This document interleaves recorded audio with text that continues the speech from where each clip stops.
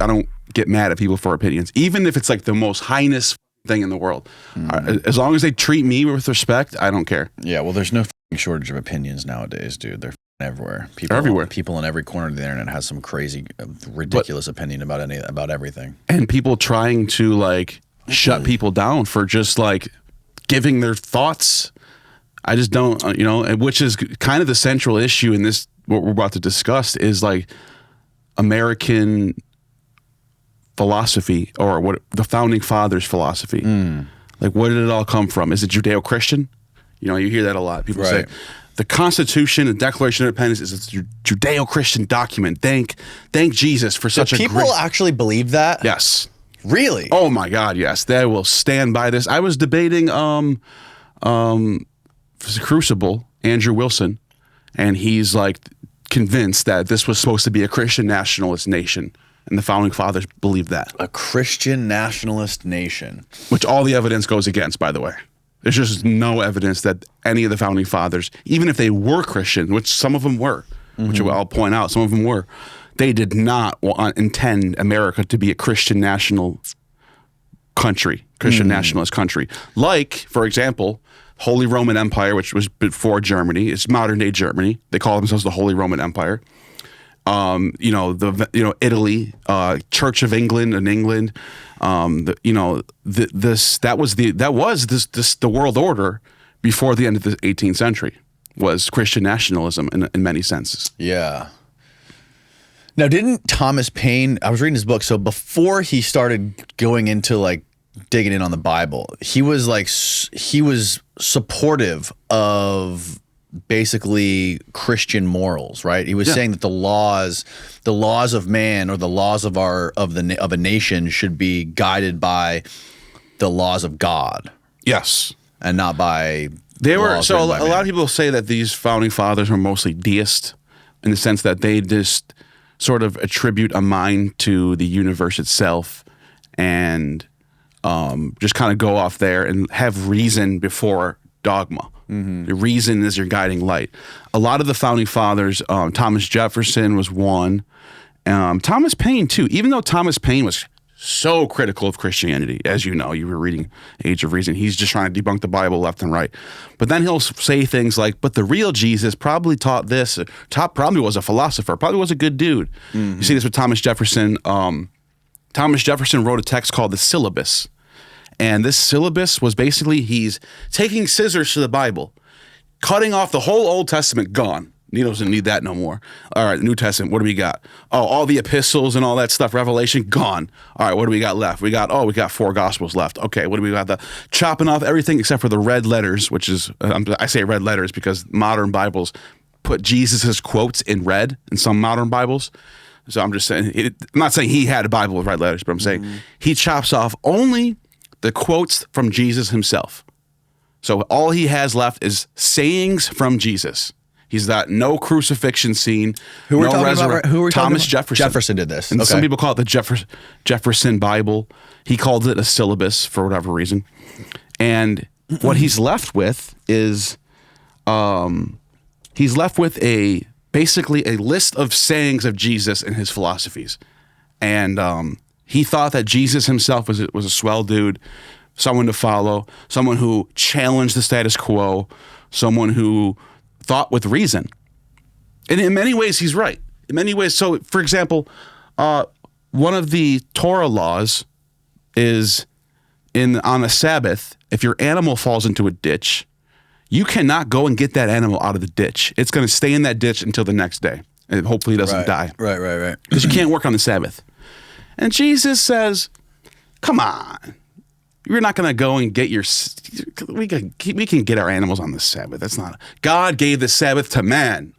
So he's basically saying, like, we can do things on the Sabbath. He picks grain on the Sabbath and gives it to his disciples. Apparently David did the same thing in one of the books from Kings and Chronicles. Yeah. So Jesus is sort of like a philosopher going against the grain, putting reason ahead of everything else. Yeah. And that's Thomas Jefferson's view of Jesus. Yeah. And Thomas Paine was a little more critical of Christianity in general. Another thing Thomas Paine says, I'm sorry, let me go back to Thomas Jefferson. Thomas Jefferson, and just to capped off what he thought about Jesus, he said Jesus was a swell dude. Christianity is, I'm the only real Christian. Jefferson says this. But that's not a good thing for Christians. Christians can't really claim this, and I'll tell you why. Okay. He says the Trinity is incoherent. He says, how can one be the same as another and then the same as another? That's three. That's polytheism. He says that's nonsense. He says the church is Platonism. He says the church is just pure Platonism. Here, let me pull up a letter from him where he writes this so I can give you the exact quote. The church is Platonism. Yeah, he says this. Is he talking about like a noble lie? Yeah. So in 1823, on April 11th, Jefferson wrote to John Adams. Mm-hmm. He says, the truth is that the greatest enemies to the doctrines of Jesus are those calling themselves Christians, the expositors of them, who have perverted them for the structure of a system of fancy, absolutely incomprehensible, and without any foundation in his genuine words. And the day will come when the mystical generation of Jesus, by the Supreme Being, his Father, in the womb of a virgin, will be classed with the fable of the generation of Minerva, the goddess Minerva. Basically saying the day will come when people will realize that the stories about Jesus being the Son of God, it will be a fable, just like we talk about the fable of Minerva. He called it a fable. Okay? And then he says, but we hope that the dawn of reason and freedom of thought in these United States will do away with all this artificial scaffolding and restore to us the primitive and genuine doctrines of this most venerated reformer of human errors. So he's saying the historical Jesus is someone that's great who lived with reason and followed. The Bible and the myths about Jesus are garbage. They're fables. We don't need them. So it's very distinct. It's not modern day Christianity. He's like a Gnostic heretic. He's a heretic. There's no way around that.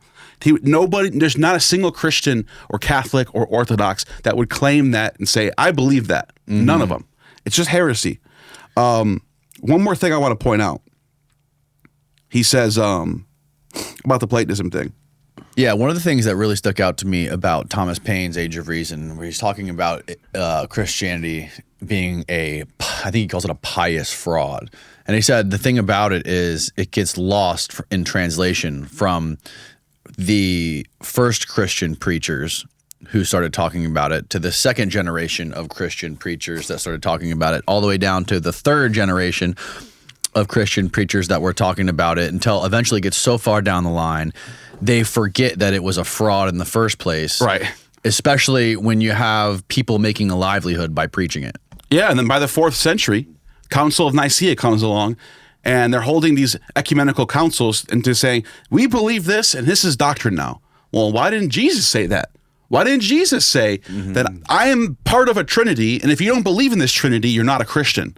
He never says that. In fact, he tells people to get to heaven, be good, treat your neighbors good. That's all he says. Right. He doesn't say he doesn't even say, but you have to believe I resurrected. When did the Council of Nicaea happen? 325. 325. Yeah. And so what was the purpose of it? We're talking 300 years after Jesus is dead. Right. The purpose was to say that in order to be a member of the Church of Christianity, the Orthodox Catholic Church, you have to believe in a Trinity, that God and the Father and the Holy Spirit are all one. They're all one. So before that wasn't exactly doctrine. So Jesus himself didn't really preach that, and Thomas Jefferson is pointing this out, that this church has been corrupted by Platonism, which is what Nietzsche also agrees with. Now, in 1816, on January 9th, he wrote a letter to Charles Thomson, and he's talking about this syllabus that he wrote. And he says, I too have made a wee little book from the same materials, which I call the philosophy of Jesus. It is a paradigm of his doctrines made by cutting the text out of the book and arranging them on pages of a blank book in order a more beautiful or precious morsel of ethics I have ever seen. It is a document in proof that I am a real Christian, that is to say, a disciple of the doctrines of Jesus, very different from the Platonist who will call me an infidel. He's saying the church are a bunch of Platonists. They're not Christians. This is all philosophy, and they're not actually following reason. Jesus, he thinks, in his opinion, Jesus followed reason. Now, me personally, I think he's going too far. Why? I think you don't even need Jesus. Just follow reason, which is what Thomas Paine was doing. Thomas Paine was just like, reason. That's it.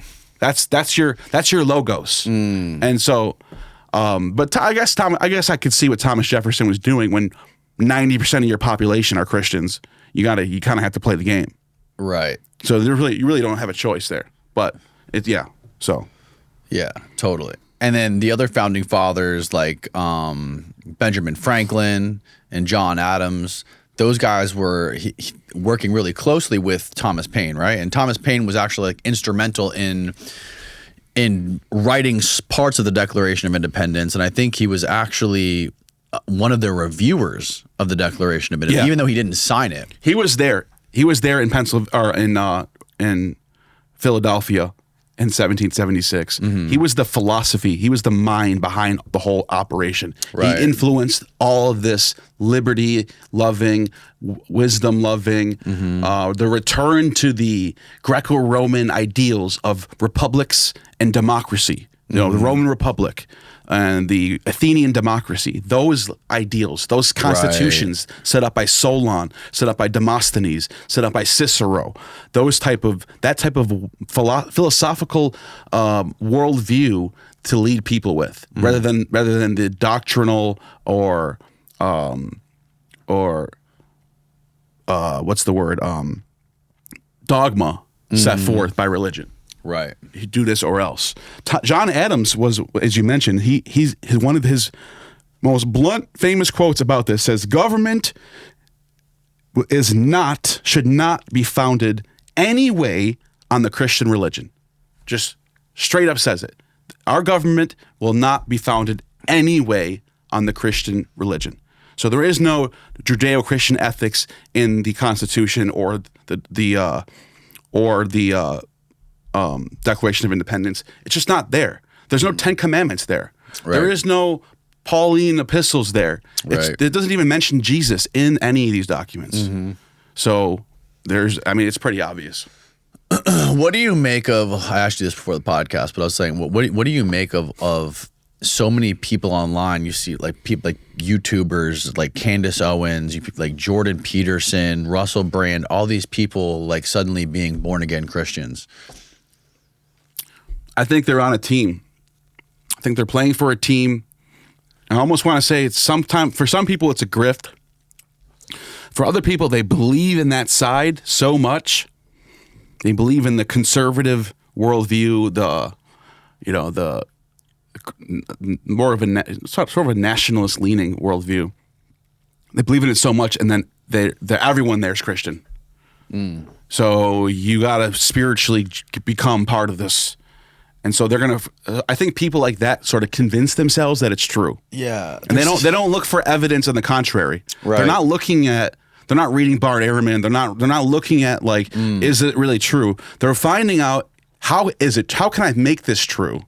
And sort of convincing themselves that. Right. And then you get people who want to convince themselves that the founding fathers somehow set up this country for Christians and only for Christians. As we pointed out, all these quotes from these letters from these founding fathers, where they're saying the opposite. Like, getting back to that, it's just if I had $1 for every podcaster I've seen make videos of themselves getting baptized on their Instagram. Yeah, I think it's a grift. I think it's a grift. I do. I mean, not everybody, maybe. Like I mentioned, some of them really probably like convince themselves and they actually believe it after a while, because they want it to be true, because that's the team they're on.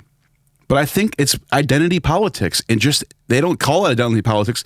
Everyone else is doing identity politics. Oh, the trans movement. Oh, the Black Lives Matter movement. It's all identity politics, except for me. Even though identity politics, it could be Christians. As a Christian, I believe this because the Bible says so. Even if I don't actually believe it, I have to believe it. That's identity politics. It's the same thing. Yeah. You know? It's just crazy to see it happen in real time. It came out of like nowhere. I feel like over the last like couple of years. It did. That's one of the things me and Matt Bale were talking about. And he's pretty Oh, Matt Bell. Matt Bell, Yeah. He's as he points out, like, people are driven by identity these days. Mm-hmm. I don't care what side of the political spectrum you're on. It seems to be everyone is being sucked into some sort of identity where nobody can actually live as themselves. They're sucked into some sort of like. What is this, Steve? It's a Greek translation for Jesus used him's hair. Regrow your hair like Jesus with Hims Hair Loss Solutions. It's a miracle in a bottle, baby. Hair loss is stressful, yes, and it's very common. But you got two things going for you. One, the variety of solutions Hims offers. Two, you weren't caught in the public park at 3 a.m. by centurions. So the chances are good you'll keep your hair longer than Jesus did. If there's anything worse than losing your hair, it's waiting for it to grow back. That's what makes it so special. You'll start seeing your hair regrow in as little as 3 to 6 months. It works, and all from the comfort of your couch. They have chewables, oral, spray, or serum options, so you can pick what works best for you. The process is simple. It's 100% online. Just answer a few questions so they can determine what you need.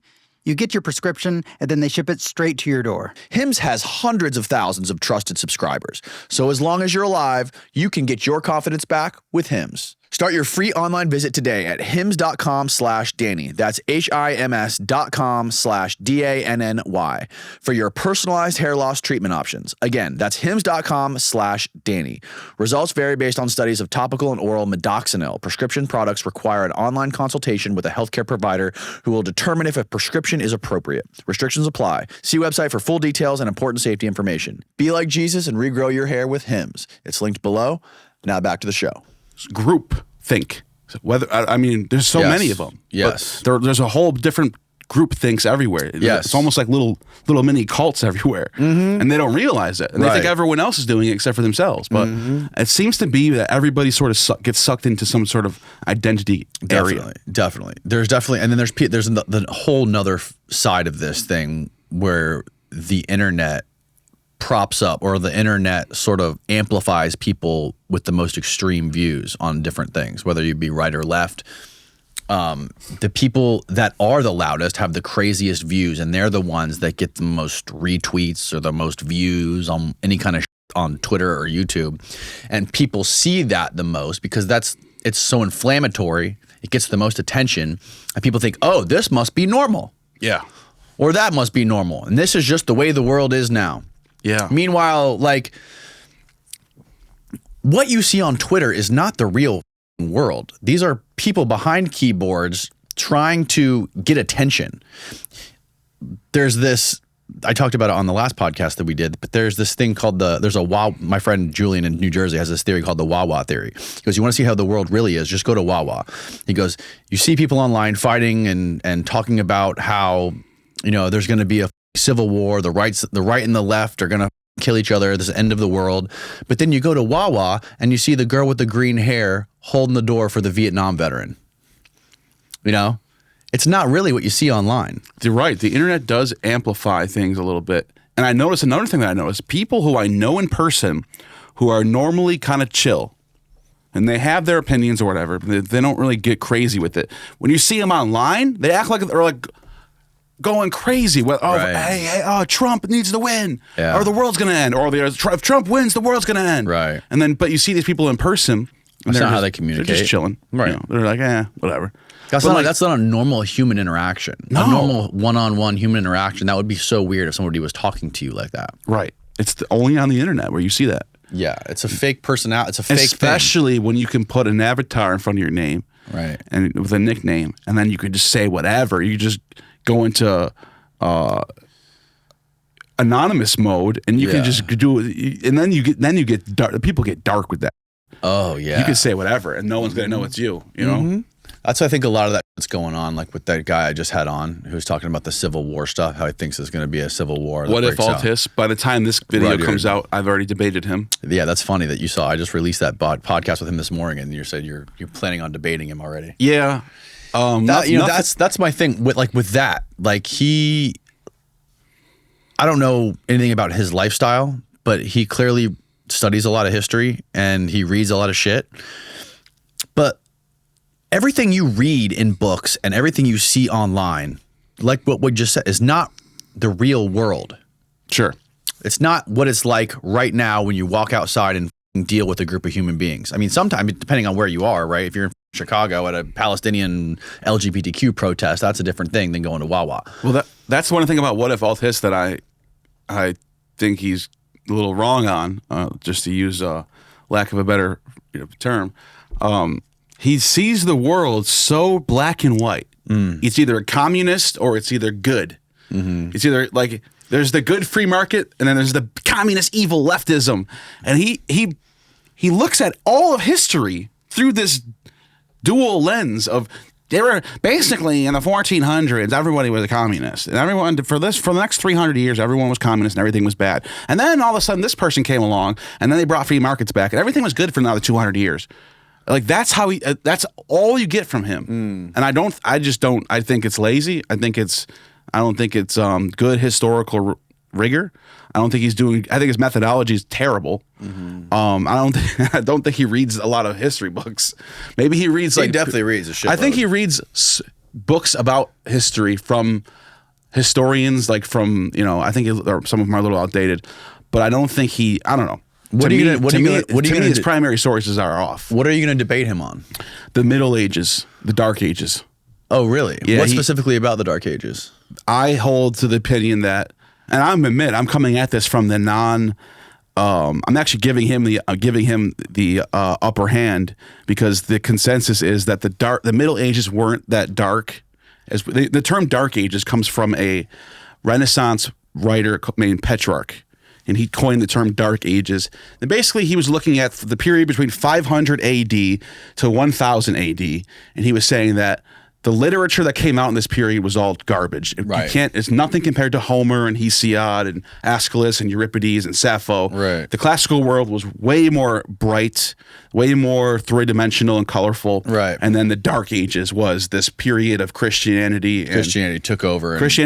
Suffocated all. And there was no more literature, no more theater, no more art.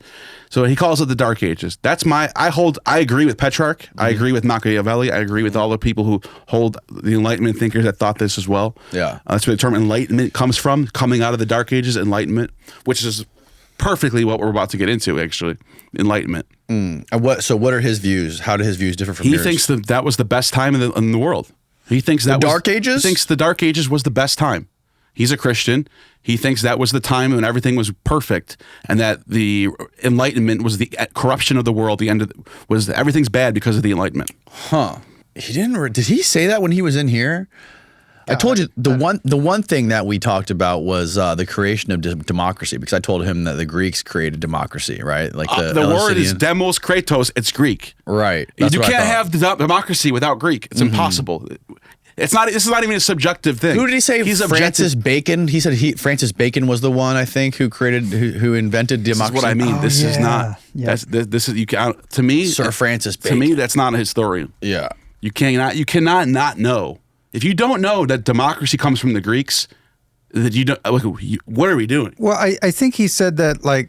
He said that there's a difference in coming up with a theory and putting it to test. They did put it to test. Bacon refined it. So let me explain. Let me just put this to rest right now. Yes. In Athens, between the time of Solon and the time of Aristotle, actually, so maybe a little after that, Plato's, Aristotle's time, there was a system of government, and there was gaps. There was tyrants. Tyrants would come up and start ruling oligarchies for little periods of time. It happened at the end of the 5th century BCE, from like 420 BC, I'm just guessing, till 405, 404 BCE. Yeah. There was an area called the 30 Tyrants.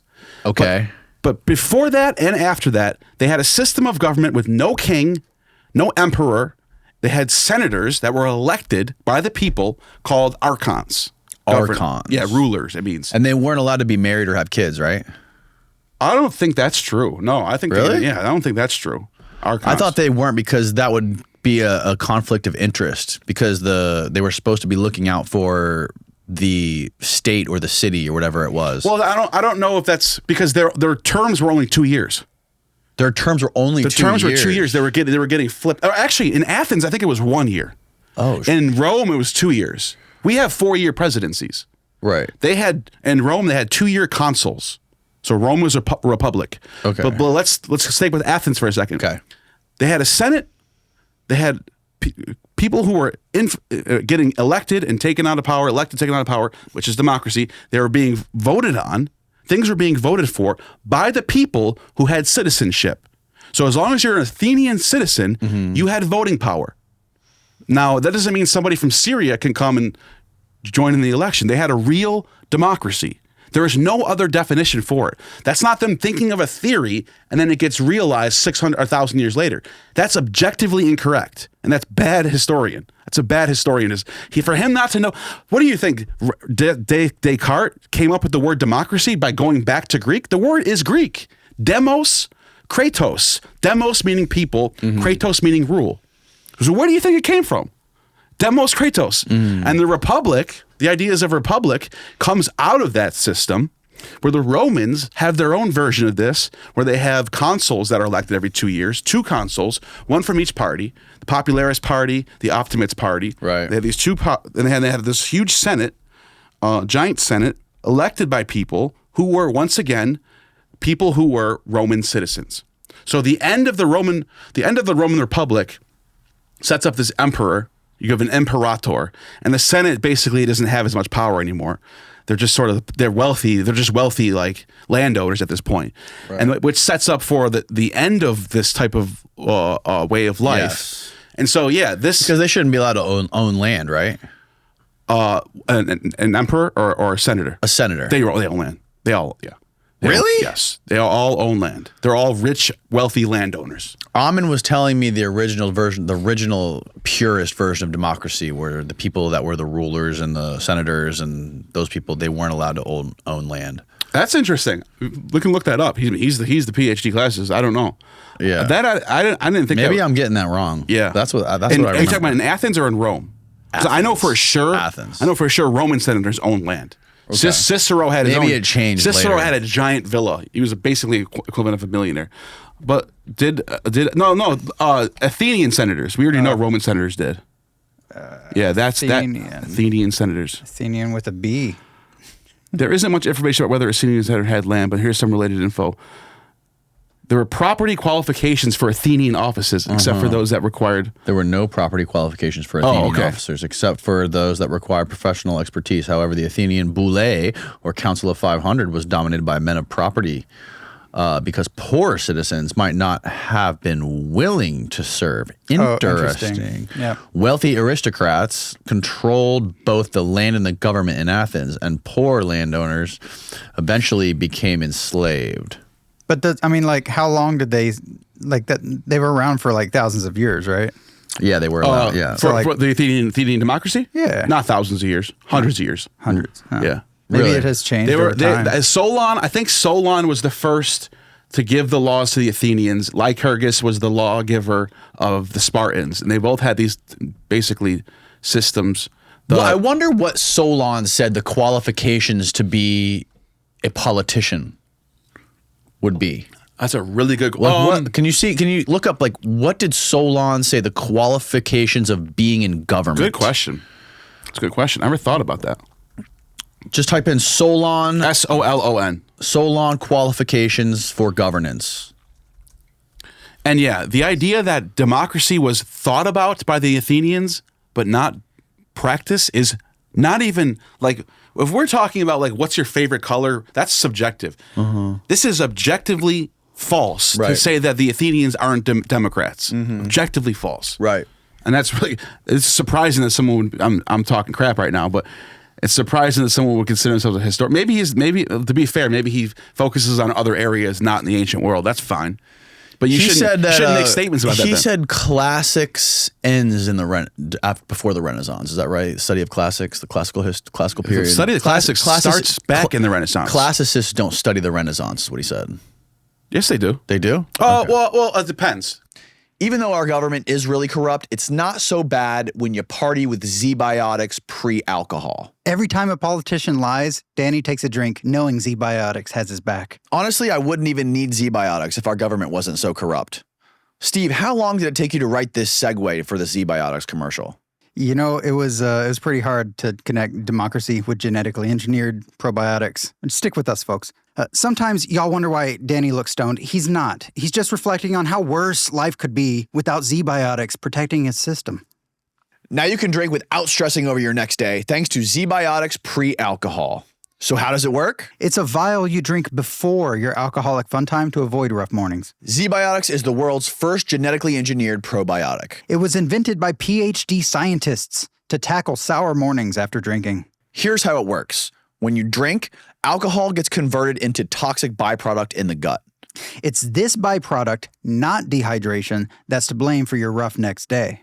Pre-alcohol produces an enzyme to break down this byproduct. Just remember to make Z-Biotics your first drink of the night, drink responsibly, and you'll feel your best tomorrow. I'm not 20 years old anymore, so whenever I go out, I always drink Z-Biotics first. At first, I was really on the fence about Z-Biotics until Neal over here invited me to his apartment a few months ago to try some snake venom and try to meet the devil.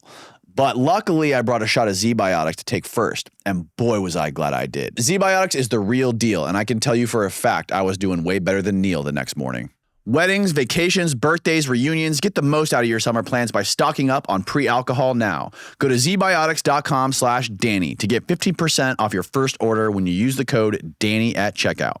Pre-alcohol is backed with a 100% money-back guarantee, so if you're unsatisfied for any reason, they'll refund your money, no questions asked.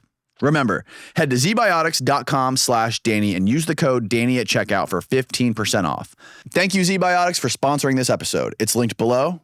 Now back to the show. Classicists okay, he's kind of right. Okay. Classicists study the Roman and Greek period, Right. Latin and Greek, antiquity, basically from the Iron Age until the Middle Ages. Right. So that's classics period. Okay. But there are some classics that will, for example, Mary Beard, she does focus on Renaissance stuff. But yeah, you know, he's kind of right. I shouldn't say he's wrong on that. Solon's constitution reduced the power of the old aristocracy by making wealth rather than birth a criterion. So it's the other way around. Political positions. Okay. Yeah, the landowners are the ones who are in power, and they're the ones who are the senators. A system called Democracy. Citizens were also divided based on their land production. Oh my Jesus, I don't know that word. Yeah. Pentecostum. But that's the Constitution, and that Solon is mentioned by the founding fathers as someone that they're drawing from. The idea of a constitution, where do you get it from? You get it from Solon. You get it from Lycurgus. You get it from the Romans. That's a constitutional democracy. But why would wealth be a criteria of holding a political position? Because you have to have a stake in what you're deciding. You can't just be some random guy who has no idea what the economy is doing. Yeah. Like, think about logistics. All right. Somebody owns cow. This person cuts down timber. That person is a ore miner. Mm-hmm. And they have to like trade with each other. Right. And so they all own stuff. They they have to own property to do that. Right. So they understand the inner workings of the society. They know the logistics. They know the economy. Those are the people that have to make the choices. Mm-hmm. I'm sorry, but the random person that's drunk at the bar shouldn't have the same. I mean, I'm not saying. I'm talking about back. Right, I agree. Yeah. You know what I'm saying? The random person who has no idea what's going on outside of and how he even has a bar to go to, or how he even has the opportunity to go to the city hall and do whatever. Right. That's the idea that they were going for. Right. So, and that's, by the way, that's how the original American system was. Wealthy landowners were the ones who were voting and stuff like that. Now today we have a different system. Yeah, you couldn't vote unless you owned land. Yeah, you had to own land. You had to be an American citizen, and you had to be a male. Now, I don't agree with that. Just want to make that clear. I don't think that's correct. But I think there was a reason why it progressed the way it did. Because now in today's world, we have a different system of things. We have different logistics. Women can now work in different companies, and they can get all people can get educated now. So now that everyone's educated, everyone can vote. What do you think? It's that simple. What do you think about the hypothetical idea? Not that I believe this should be enacted, but instead of everyone being able to vote, I'm just kidding. Just a king? No, just the men. Oh yeah, that's how it used to be. No. I was gonna say. I don't agree with I was that. gonna say like you have to take a test to get your driver's license, right? Yeah. What if you had to take a test to Just some sort of basic to test. make sure? Yeah, to make sure agree. you understand what you're doing. the things that what you're voting on. Not that I not that totally you're just agree with coming that. in because you've been fed propaganda. Right. I totally agree with that. Yeah. And I'm not saying to make it so hard that someone who's not educated and doesn't have a stake in things.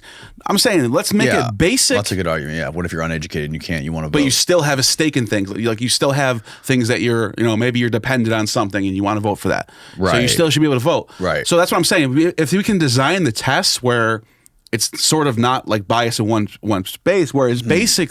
It's basic. Like, okay, if you can't pass this basic test, you shouldn't be voting. I agree with that. There should be criteria for. I don't know. I don't know if that will ever happen. No, probably So won't. if someone gets mad at me for saying that, look, I'm not dying on that hill. Right. I'm just talking crap right now. Well, we're doing the complete opposite according to the internet. It looks like they're flooding people. You don't even need ID in New York. They're flooding thousands of people across the southern border. Last time I voted, I went in there with my ID ready, and they're like, "What's your name?" When was this? 2020? Yeah. And they asked my name, and I was ready to hand them my ID, and they just said, "Hey, go ahead. The ballot's over there." And I said, "Don't you want my ID?" They're like, "No, we don't. You don't do that in New York State. What? Don't ID you in New York State." Holy shit! So this is let's Buffalo? say I didn't vote. Now this is going to be very rare, obviously. That's crazy, because every time someone votes, they cross off the name. So somebody can't come in 5 minutes later and say my name and vote 10 times. They can't do that. One person gets one vote, boom, done. So that sort of limits how much fraud that can happen already. Secondly, but here is one little tiny loophole. I don't know how big of a deal this is, but let's say I said I'm not voting. I'm staying home, and you knew this, and you live down the street from me in my district. Right. You can potentially go and vote, and then go back home for 8 hours, 10 hours, come back with a little hat on and a hood, and say my name and vote twice. You can do it, but it would have to work out that you knew your friend wasn't voting. Yeah. And you vote. Like you can do New York has no way of stopping that. That's fucking insane, dude. It's true. I mean, like, how does it work with people that are like unregistered citizens or like not legal citizens? Like, how would they be able to go? If they're not citizens, I don't think they're on the list. So there's a list. Is that how it New York works? State has a list of every person who's a citizen that lives in that if you live in any house in that district, you're on a list. So there's a video I saw where they were interviewing people in like I think it might have been in New York, where they were going around into like an apartment complex that was filled with illegal immigrants, and they were asking them if they voted, and they were all saying, "Yeah, we voted." If they're on a list, if they live as a legal, if it's a legal address and they're somebody who lives in that house, they're probably on the list. Now I don't know about I don't know how it works with their ID or whatever. However they got listed in that house, you had to have some level of citizenship. I'm assuming. So I don't know what that video was or whatnot, but I do know that in New York State, if you live in a certain district, your name is on a list, and you can vote in that district. You can't go to another district and vote. Right. So, and that blew me away last time. I'm just thinking to myself, they're not even going to ID me. This is crazy. That is fucking insane. I got a guy who I could introduce you to. He's got a great podcast. You should do his podcast, or he should do your. He'd probably be better on his. His name's Matt Cox. I've heard of him. You know him? Yeah. He comes on here sometimes. He came out. He literally got out of the halfway house. Right, hit me up, emailed me. He's like, "Hey man, I want to do a documentary." I'm like, "Just do my podcasts." And he comes on, does the podcast, and fucking gets like millions of views in a week. Really? Yeah, dude. He was doing mortgage fraud when he was in like the 90s. He was like doing fake mortgages and shit, like refinancing houses under other people's names, creating fake identities and shit. Made a few $1 million. Basically, he scammed banks, and he did like, damn. He got sentenced to 26 years in prison. How much time did he do? I think he did 12. No, he did like, damn. Yeah, Federal? maybe 12. Federal time? Federal. He's lucky. I bet you he knows this. Federal prison is way better than state prison. Oh yeah, Federal prison, they treat you like a real human being. Yes. It's like you're not even.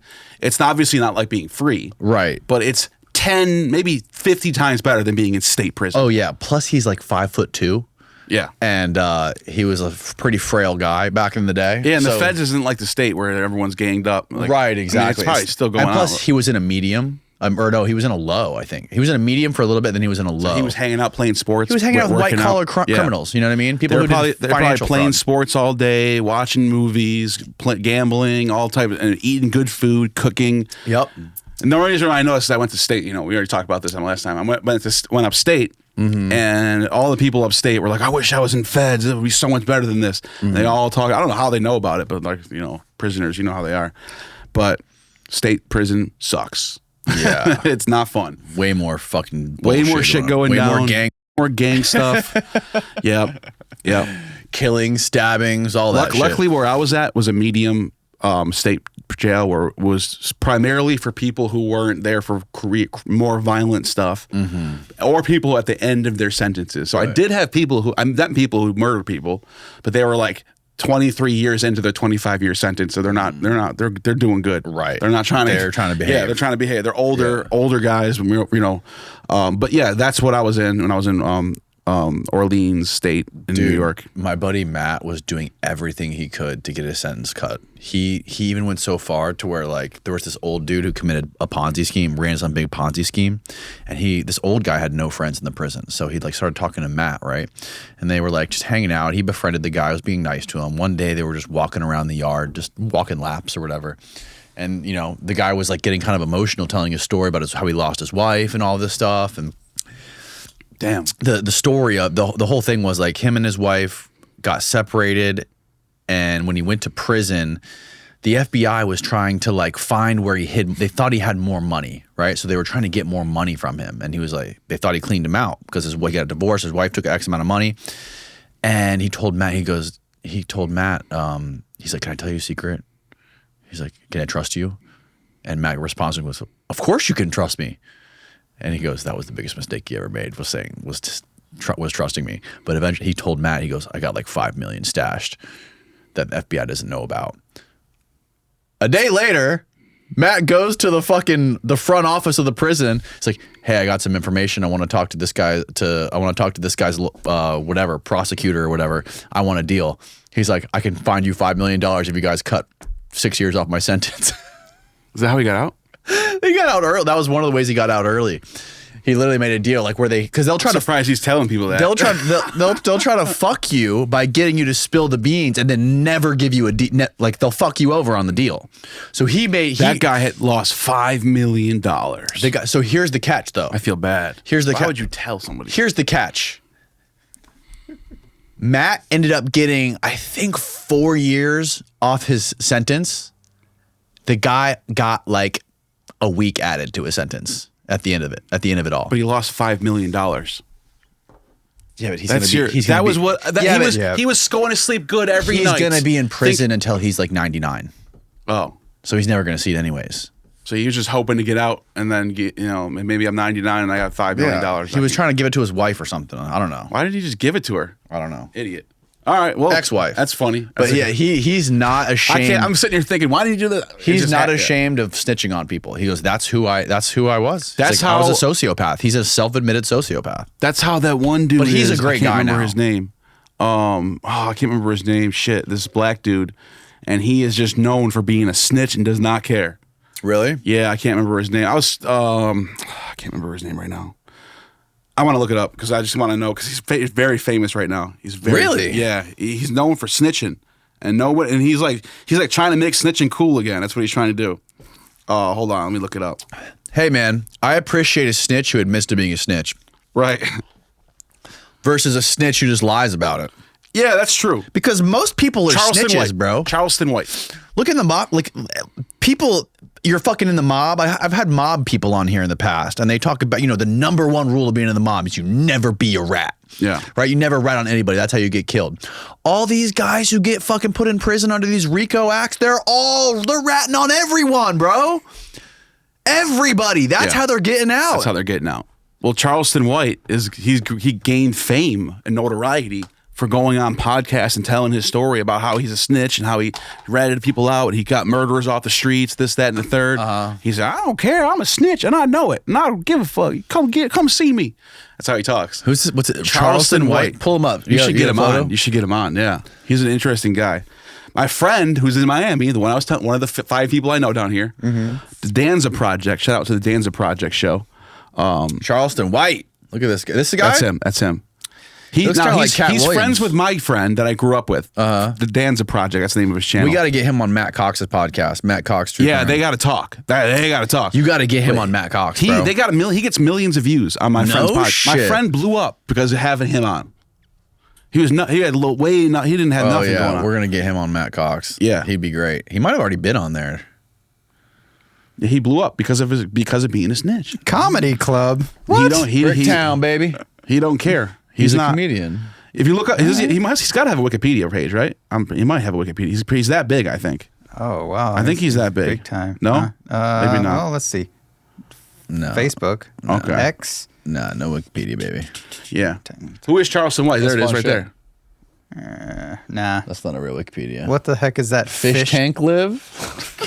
I don't know. Go back to the one before that where it says who is Charleston White right there. Okay. I bet you it talks about his snitching right here. Gang reformed. Teenage gang leader to inspiring online activist reinventing himself serving jail time. Inspiring online activist serving jail time for his juvenile transgressions. Controversial remarks. Yeah. All right. But so he's in Miami, huh? Yeah. Yeah. What do you think about Miami? You like Miami? I don't think I've ever been to Miami. Oh, you haven't been? No, did I? Because I came to Florida when I was young, but I don't know. No, we went to Orlando. Orlando's all right. Yeah.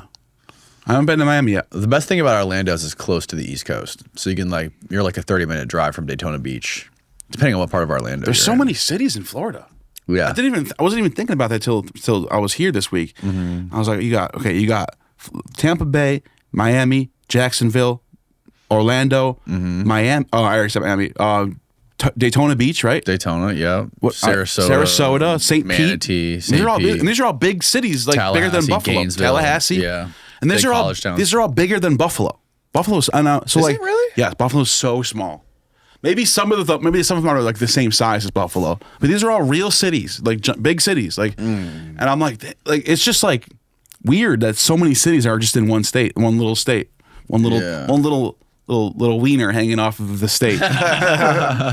It's basically. Well, it's the oldest state. It's the oldest. It's where the Spanish. It's where the Spaniards landed, bro. We got the oldest city in America. They named Florida after St. Augustine.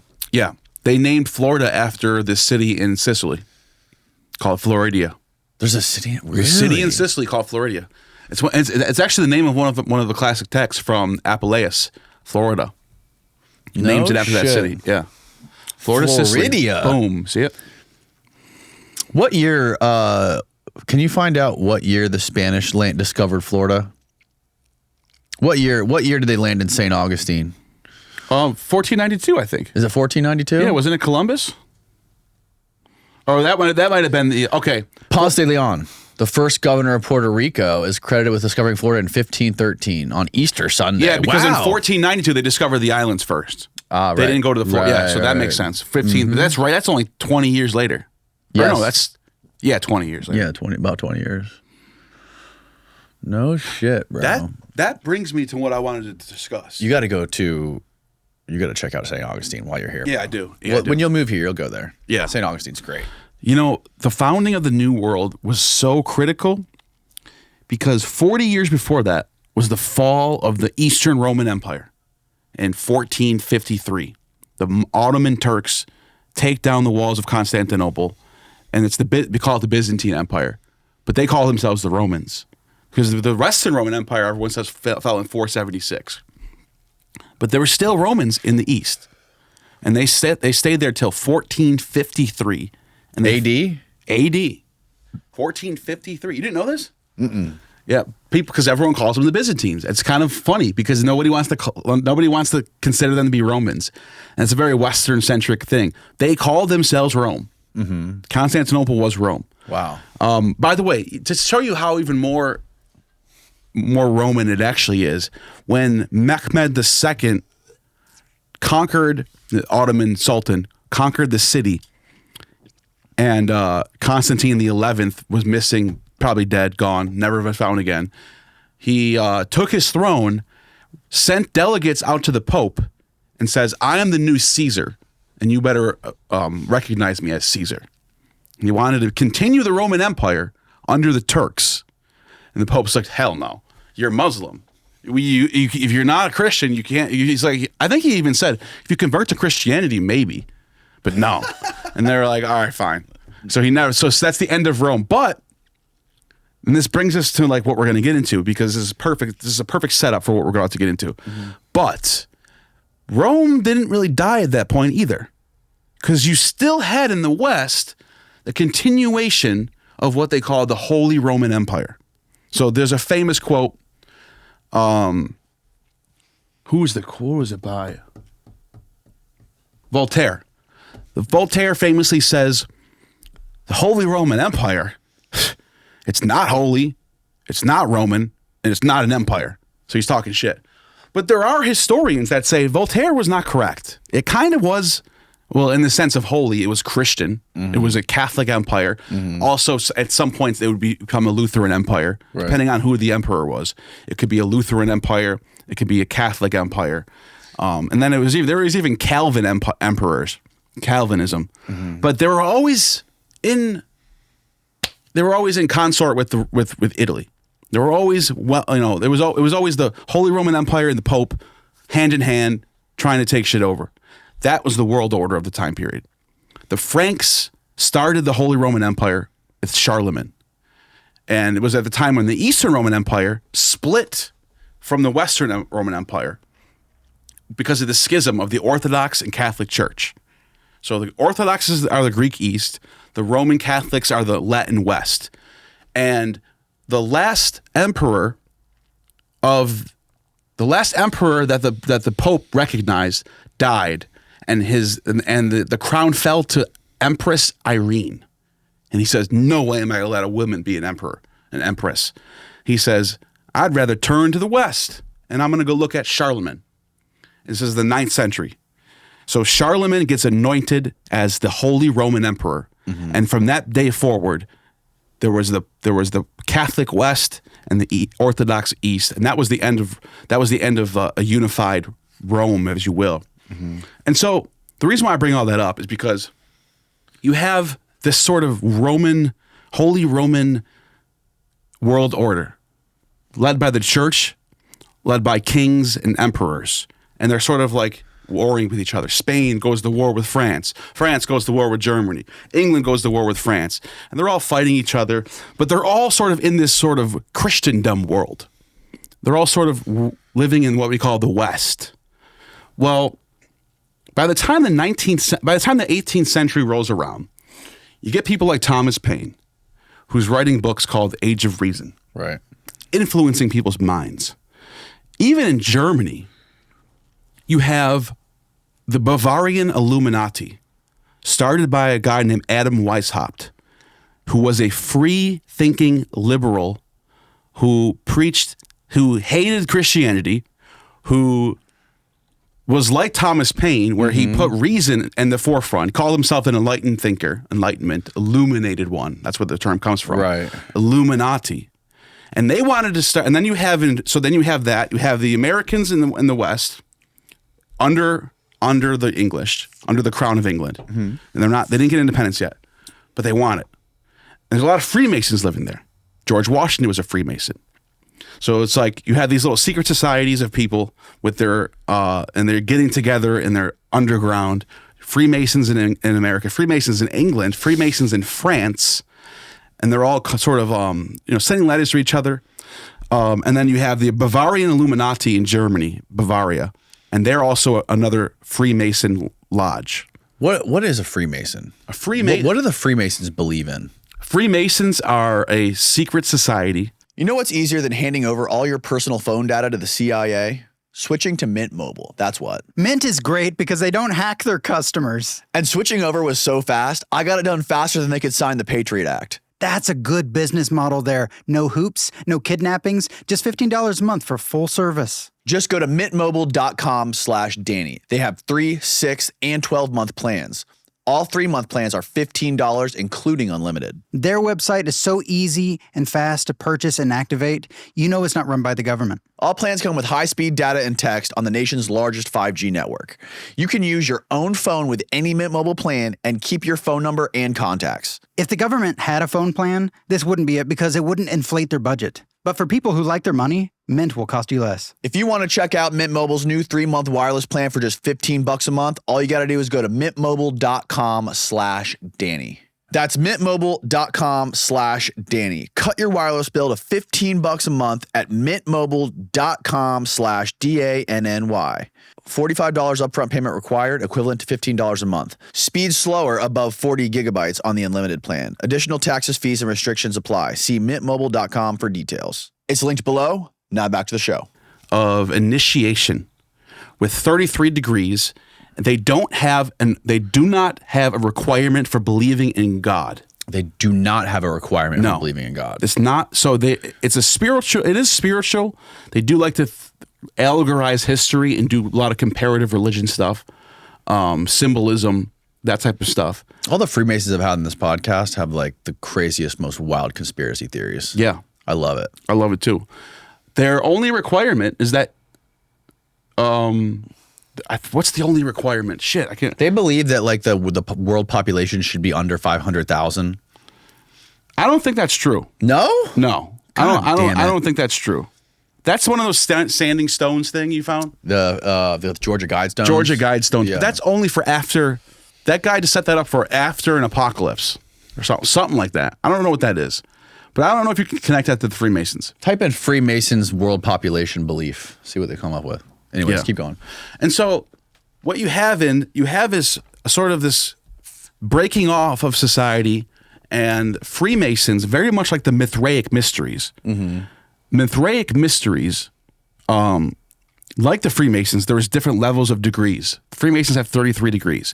But the Mithraic mysteries... And are the degrees like levels? Levels. How enlightened you can be? How high on the... How highly initiated you are? Right. So it's like Scientology. Yeah. But is there anything here about population? yeah, you can be a Freemason, you could be you could be Muslim, you could be Christian, you could be polytheistic, you could be a Greek. They do not put dogma, or they don't put a particular dogma at their forefront. So they came from stonemasons, right? Stonemasons, English stonemasons, or Scottish stonemasons, actually. Right. But it's in the 14th century they start. Okay, so in the 1300s, that's when Freemasonry begins. So the population shit's fake news. Yeah, it's fake news. Okay. But it's a fraternity. It's a fraternity of brothers who are getting together and sort of, making sure that everyone's needs are. There it is. New World Order conspiracy. This is way different. The New World Order is not Freemasons. Yeah, but I'm going to explain to you I'm going to lead this up to the idea that it might not be the Freemasons, Illuminati people that are the bad guys. So I'm taking a hot take here because I know a lot of your audience might think the opposite of that. During the Second Red Scare, both secular and Christian right American agitators, largely influenced by the work of Canadian conspiracy theorist William Guy Carr, increasingly embraced and spread dubious fears of Freemasons, Illuminati, and Jews. Notice how it's Christians that are pushing that. Yeah. So the Christians and the Catholics do not like Freemasons and Illuminati. The Catholic Church outlawed Freemasonry. The Holy Roman Empire outlawed Freemasonry as well. The only place that didn't outlaw Freemasonry was in England. Godless communism. Godless communism, yeah. Which is funny because Freemasons are not communists. They're the exact opposite. Yes. They want freedom of speech. They want constitutional republics. They want freedom to choose your God. Mm-hmm. It's completely opposite of communism. Communism and Freemasonry are just polar opposites. Right. So that needs to be said. But England did not, the King of England never actually formally outlawed Freemasonry, but the bishops of the Church of England were heavily opposed to it, and they wrote tons of dissertations against Freemasonry as evil. So that needs to be said. And America was basically the place where the Freemasons can go and live, without any troubles. Mm-hmm. And then there's France. So before I continue to get into how these people took over and created a new world order, I want to skip ahead because this is important. Okay. When Germany invaded France and they went into Paris, they went into their judicial building, they found all types of Mithraic iconography and Freemason stuff, and they broadcasted. I gave you a video. Mm-hmm. Remember the video that was on from that documentary? Yeah, can we play that real quick? I emailed it to you, Steve. Can we play that real quick? Yeah, we can play it. All right. Yeah, let me. What year did Germany invade France? 1940, I think it was. 1940. I think it was 1940. Okay. It was in the beginning of the World War II. Right. Okay. Yeah. Full screen that bitch. I got it. Wurde von unseren Truppen in Paris entdeckt. Die internationalen Freimaurer International Freemasons. umgaben sich auch hier mit While hiding behind kindischer a mask. Symbolik und albernem Prunk.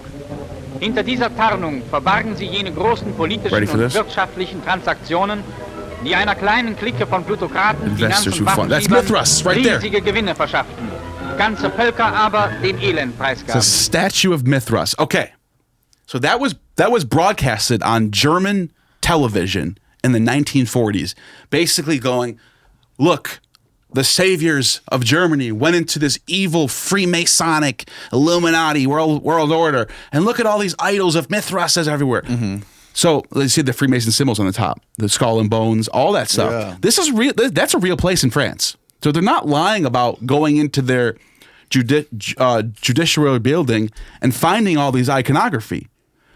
But what I'm more interested in is, so that stuff that really was in France. That's Mithras. That's really there in France, in Paris. Who's Mithras? Mithras is the mediator god. His name actually means like contract. He's a mediator god. That's why the contract, constitution, to have a constitutional republic is basically being ruled by Mithras. Now, I was going to wait to get into the Statue of Liberty thing, but we can go back to the... But since we're on this topic of Mithraism, remember you were asking me, you're like, people are saying that Statue of Liberty is Mithras. Yeah. So it's kind of no, but kind of yes. And so I looked into this. So the Statue of Liberty was built in 1886, and if you could pull up the Statue of Liberty, let's look at that first. Giorgiani's the one who told you about this on a podcast, right? Yeah, actually he did. Fuck are you? There we go. You can go back to that one. Yeah. Statue of Liberty is based off the goddess Libertas. That's the goddess on the left. That's Libertas. a Roman goddess, Libertas. From what year? From what year is Libertas? Yeah. She was around during the Roman Republic and the Roman Empire. Okay. So from 500 BC till 500 AD, something like that. Okay. Like she's around forever. Right. She's Libertas. So, but that's Statue of Liberty on the right. Yeah. But then there's the question of why does she have 7 rays, right? And it's actually more complicated than that. And I think there's more than just Libertas being displayed here. Was there another statue with 7 rays, Steve? The designer was named Frederick Augusta Bartholdi. That's the guy who designed He was a Statue of Liberty. Freemason. He was a Freemason. This was built in 1886. So he's a Freemason. So he's going to be into symbolism. Now, there's a god, the god of Mithraism, the last pagan religion of Rome, before the Romans, the Western Romans fell, before Christianity took over, so even before that, before the 4th century, during the reign of Diocletian, and then even after that, when the reign of Julian the Apostate, they referred to the head god, the main god, as the 7 rays god. 7 rays is the god Sol Invictus Mithras. So sometimes Mithras is depicted by himself with his brother, with like a twin brother, Sol Invictus. Sometimes they're separate, but more often than not, it's Sol Invictus Mithras as one god with 7 rays on his head. If you can pull that up.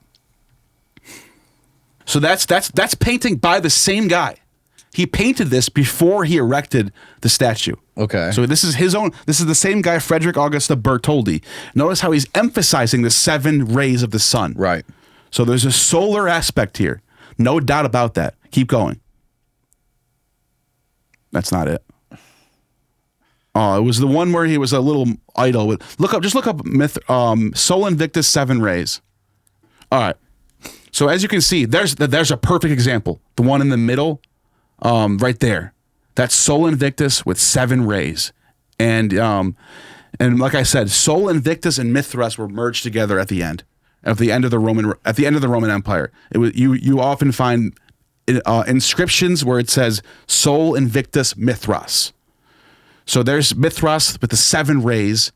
And then the one that go back to the emails where you find the 7 initiation layers. This is the last thing I want to, and then we'll get back to what we're discussing. It's one of the images in the email. Yeah, this is important. Okay. So just like in Freemasonry is drawing heavily from the Mithraic mysteries, heavily. The initiation cult, the cult of brotherhood, fraternity, Mithras, the Phrygian cap on the top left. And Mithras means contract? Contract. So the Phrygian cap on the top left, you'll see this with the goddess Minerva, who's the goddess of liberty, and her paintings are all over the place. Lady Liberty, Phrygian cap. And then so notice beneath the Phrygian cap on the top left, there's the 7 rays crown, and what is that? A torch. A torch and a whip. Maybe that's Ammon's whip. Yeah. So notice how the crown has 7 rays, and it's a torch. That's Libertas. And it's called Heliodramus, the sun runner. That's what they call it. And it's a symbol of liberty and the sun. So is the Statue of Liberty Mithraic? Yes, I do believe so. Is it also the goddess Libertas? Yes. I think you could have both. I don't think it's black and white. The last thing I want to show you on this is look up the Phrygian cap Liberty. Click on the Phrygian. Yeah, click on that where it says P. Yeah. Now go to images. Nope. Oh, sorry. Why did I do that? Yeah. Remember we saw that Phrygian cap, right? Yeah. That's the symbol of liberty. Keep going down. Just skim through all these paintings of liberty. There it is right there. That's the French Revolution. Okay. And they're wearing Phrygian caps. Yeah. So that's a Mithraic hat. So okay, what I'm leading up to what I'm getting at here is you have these secret societies of Freemasons in England, in America, in France, and in Germany, and they're drawing from these old Roman Republic Mithraic, sort of drawing from a soup of different ideas. And look at this guy. This guy looks high as hell. That's French right there. So the French Revolution is definitely inspired by this. And as we saw in the 20th century, even all the way in the 20th century, when the Germans are invading France and they break in, all their old symbolism is all Mithraic and Phrygian caps, and now there's this pushback between American Freemasonic. George Washington was a Freemason, right? George Washington there's this myth made up about him that he kneeled down and prayed to Jesus. That never happened. That's made up. It's not in any of the primary sources. The first time it's talked about is in like the 20th century. So it didn't happen. This is the craziest shit. You have an English secret society with Freemasons that are heavily connected to the founding fathers, and they're called the Anacreontic Society. And this is going to be big. We're going to get to this because we're talking about the Star Spangled Banner here. Look up the Anacreontic Society. And I gave you that one picture of them, but it's going to be on their Wikipedia anyway. ANA, Anacreontic Society. It'll fix you. Yeah. There you go. All right, go to the Wikipedia page. So this is a gentleman's club that started in London, and it's based on the Greek poet Anacreon, who lived on the island of Chios in the 6th century BCE. And their whole purpose was freedom, liberty, justice, drinking. And they dedicated their god that they worship was Dionysus. So they had a song. Now a bunch of their members were, well, for example, some of their members were loyal to the Crown of England. A big example, Samuel Johnson was a famous Tory. He met with them. He was part of their group. But there was also Freemasons that were in there, like James Boswell. James Boswell wasn't just any Freemason. He was the Grand Master of the Grand Lodge of all Freemasonry. And this was during the year 1776. So he's affiliated with George Washington. Yes. During the year 1770, he's the Grand Lodge Master of all of Freemasonry. Wow. And he's a part of this club. So the Anacreontic Society, they exist they from the 1770s all the way into the 1800s. I think right around 1810 they disband. And their whole purpose is to go back to the Greek way of life. The democratic republic way of life. Forget about the church, forget about the Catholic Church, forget about the Church of England, forget about the Lutherans and all this crap, all this nonsense. We want the ways that the Greeks gave us. And that they even argued that, and this is another thing that Thomas Jefferson says in his letters, that common law, as we know it, has nothing to do with Christianity. It has to do with the ideals that were laid down by Greco-Roman republics. Everything that we love and about the West comes from them.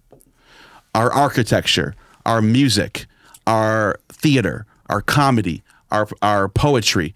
We have to go back before the church to get to that stuff. The roots of our culture comes from that. Now we have to play the Anacreontic song, the one I was telling you about, because this is going to blow your mind. Okay, how do we find it? Go down. There it is. Okay, click on the Anacreontic song right there. The link. Yeah, and you're gonna play it. But I want to play the one that I gave you because it sounds way better than this. Okay, I sent it to you. Actually, let's just play it. Just play the one here. Okay. This is how it goes.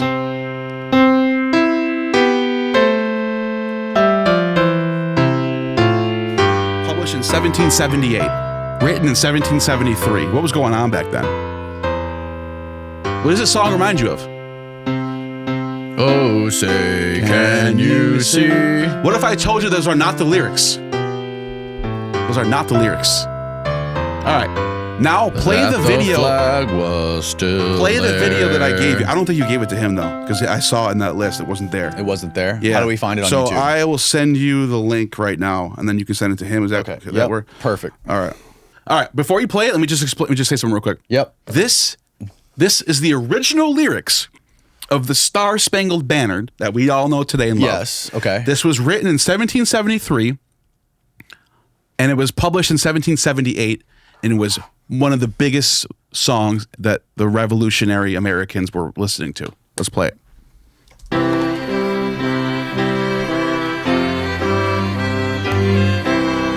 To Anacreon in heaven, where he sat in full glee, a few sons of harmony sent a petition that he their inspirer and patron would be.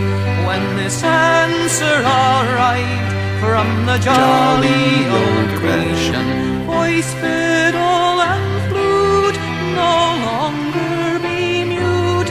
I'll lend you my name and inspire you to boot.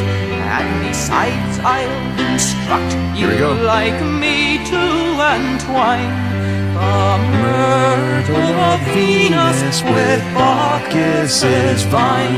No And Jesus, besides, I'll but Bacchus is there. you like me to entwine the myrtle of Venus with Bacchus's vine. All right, pause. Explain who Bacchus was. Dionysus. Dionysus. That's the other. Bacchus and Dionysus are the same god. Okay. It's not like I'm saying they equate him with each other.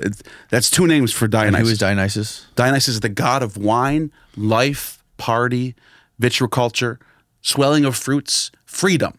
In Rome, he's called Liber Pater. That's where we get the word liberal from. He's the god of liberalism. He's the god of freedom. He's the liberal god. That's why at the Olympics, that was Dionysus, not Jesus, in blue. You saw that? The guy in blue was supposed to be That was Dionysus. Dionysus. Right. Jesus He's- was the fat lady. Jesus, there's, I guess. Type in just look up a picture of the opening ceremonies. We Yeah. can see who's who. It's supposed to be a reincarnation or a reproduction of the Last Supper, right? I don't think so. I think it's a painting about Dionysus. No. I'm talking about the recent Olympic opening ceremony. Yeah, I don't think it's supposed to be that. People thought it was. Because, Type in Dionysus after it. Right there. Okay. Yeah, right there. that There you go. shit. Yeah, right yeah. there. yes. Now I get why people think that there's some. The blue guy is supposed to be Dionysus. Yeah. So if you look at Look this, at that. Look at now the woman in the middle, right, with the crown. How many? here, this is it. Look, she's got 7 rays on the crown, bro. Yeah, I know.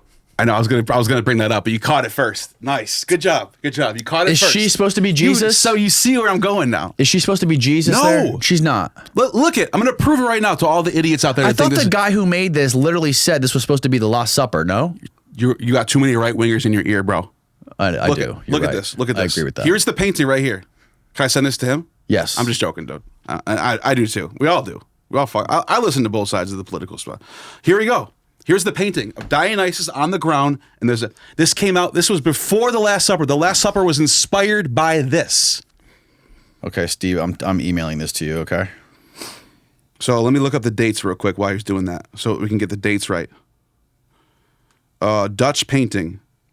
Leonardo da Vinci's Last Supper was in 1945 to 1950. Okay, no, it's actually true that the Last Supper did come out before this. So this Feast of the Gods might have been inspired by Leonardo da Vinci's Last Supper. But it's not Jesus. That's Apollo. And by the way, Apollo... Oh, look at fuck. See the sun rays? Yeah. Look, there's Dionysus on the ground. Right. This is supposed to be like Olympians, That's right? the Olympians. It's for the Olympians. Olympics. Okay, so that lady is not supposed to be Jesus. She's supposed to be Apollo. All these Christian right-wingers are losing their minds over nothing. This was a perfect Olympic ceremony. Those are the Olympian gods. There's Dionysus on the ground. There's Apollo in the middle. Now, guess what? What is the name of this painting? It's called The Feast of the Gods. The Feast of the Gods. Someone told me this is earlier than the Last Supper, but it's not true. This is after the Last Supper. Yeah, let's read about the Feast of the Gods. What's the Feast of the Gods all about? It's a Renaissance painting, baby. Okay, here we go. The Feast of the Gods. Oh, that's another one. That's a different one. An oil painting by Bellini. Oh, yeah, that's a different one. That is a different one.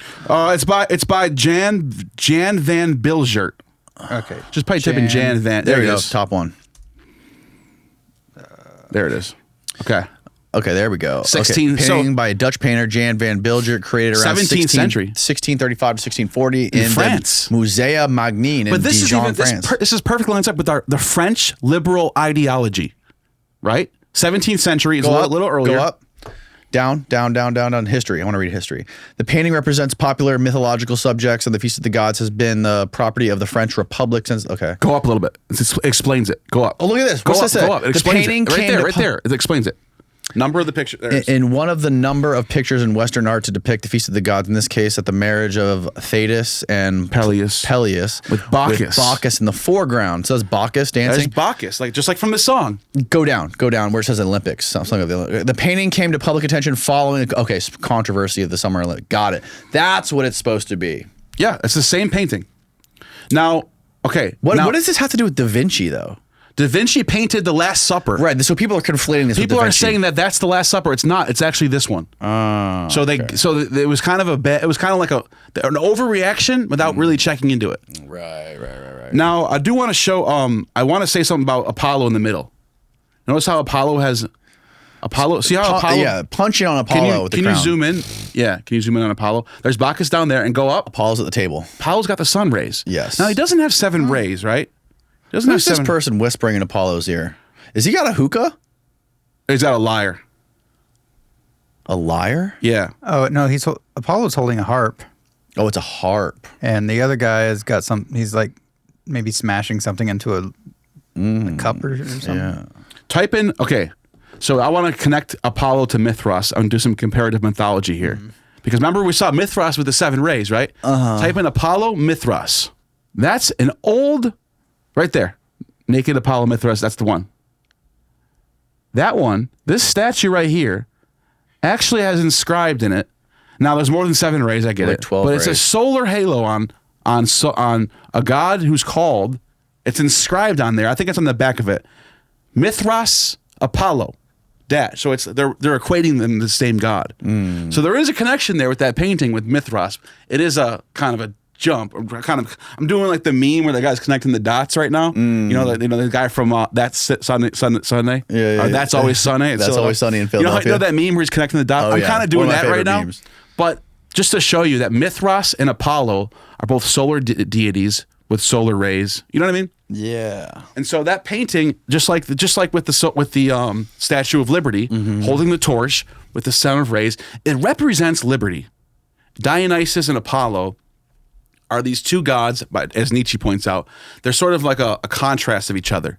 But they both are like, and if you want to finish that song up, because Apollo comes in that song Let's too. go back to the song. Apollo comes in that song too. No.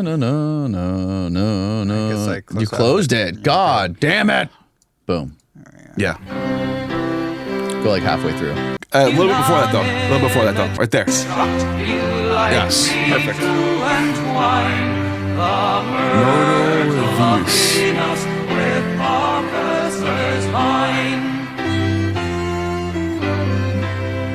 Ye sons of Anacreon, then join hand in hand, preserve unanimity, friendship, and love. Discourse to support what's so happily planned.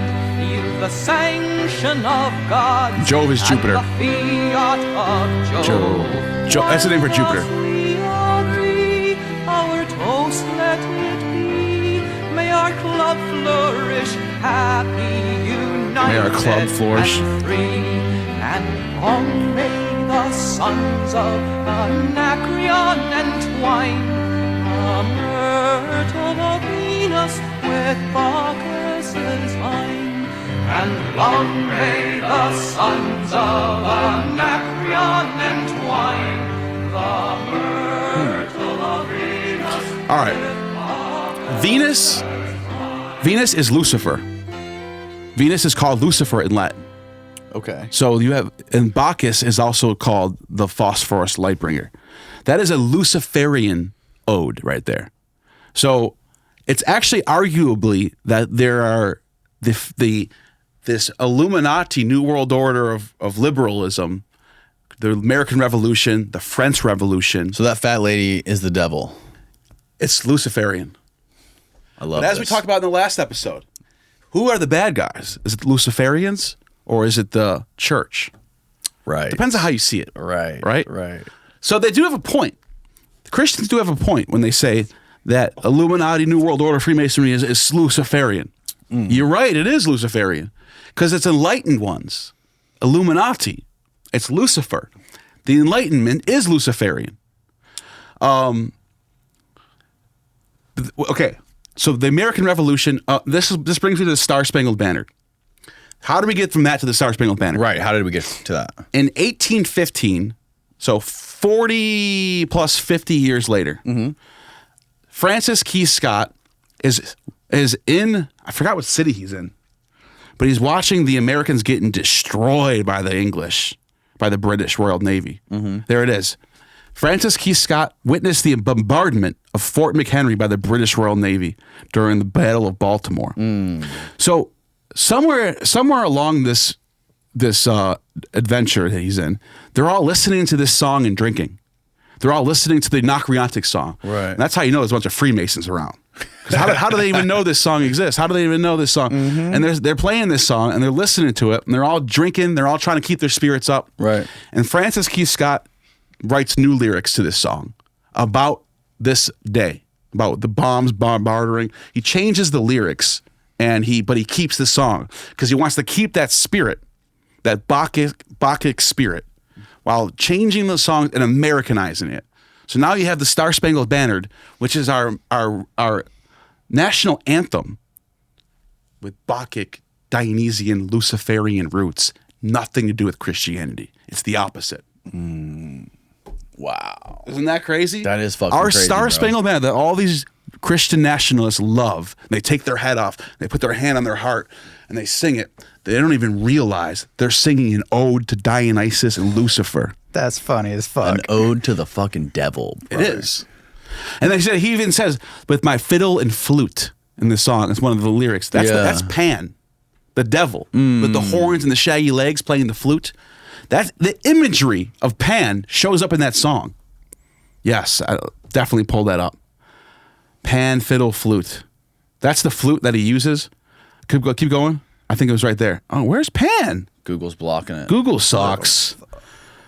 put God Pan. God Pan. God Pan with the fiddle and flute. Yeah.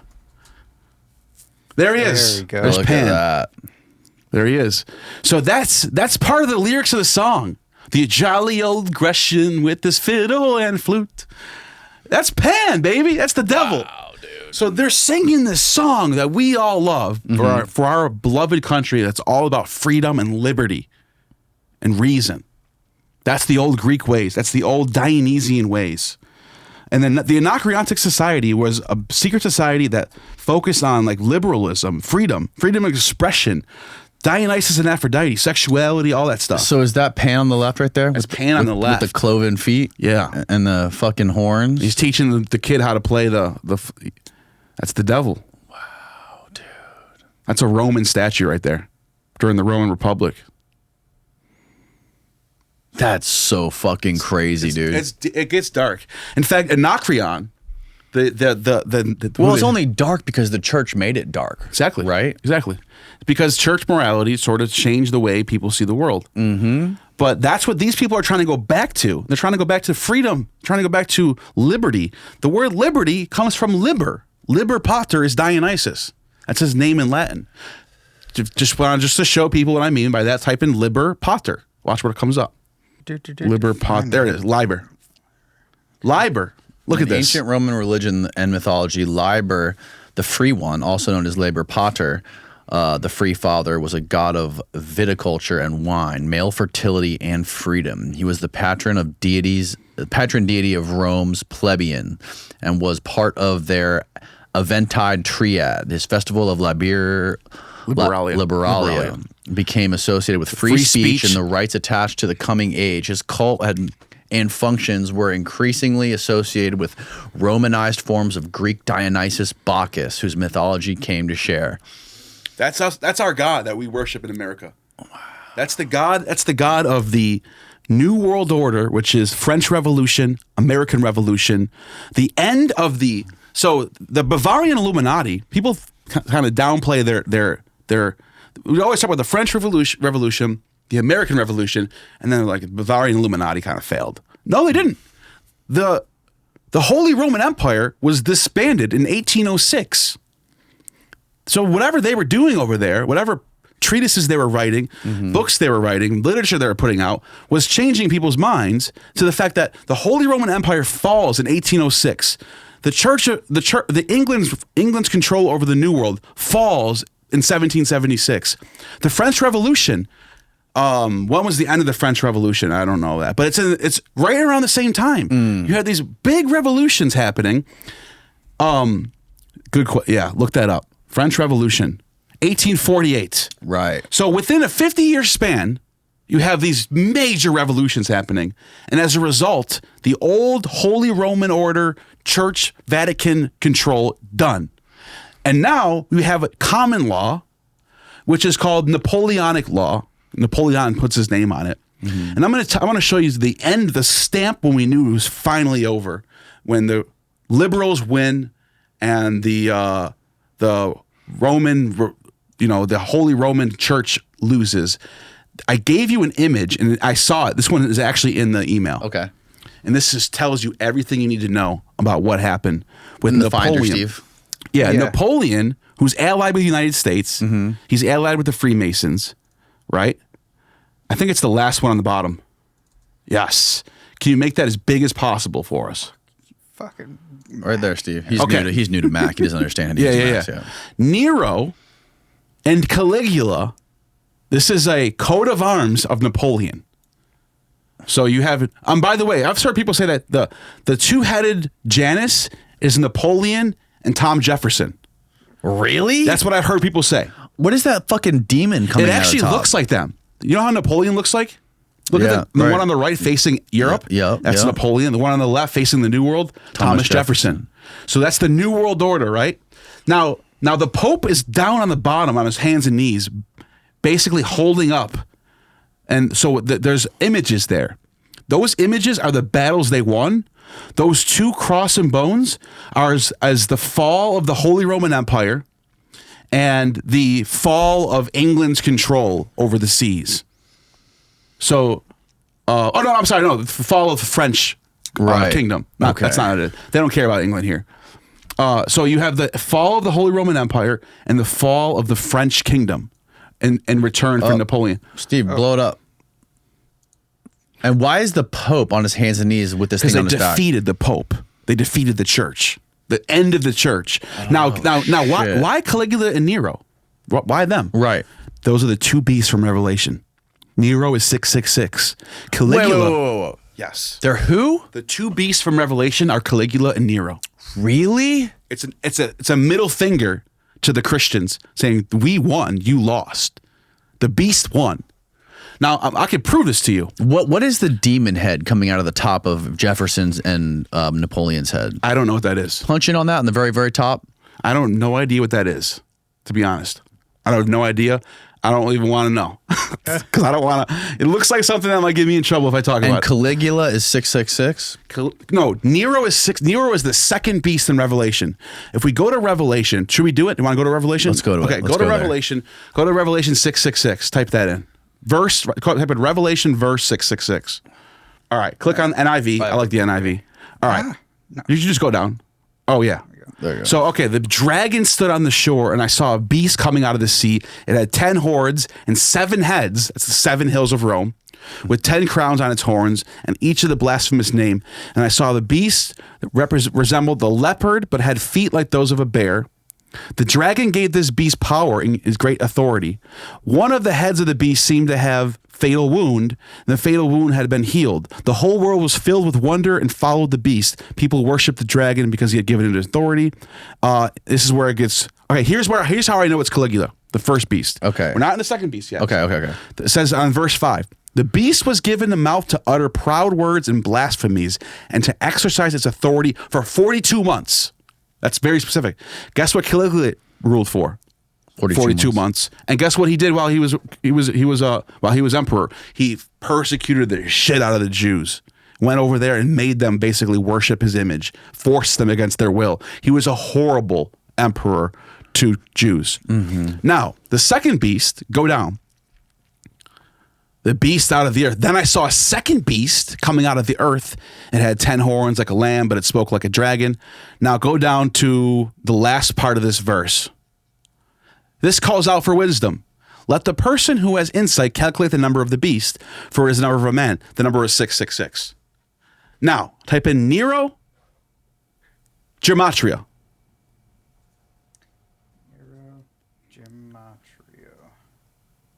Gematria. How do we know 666? Image. Go to yeah.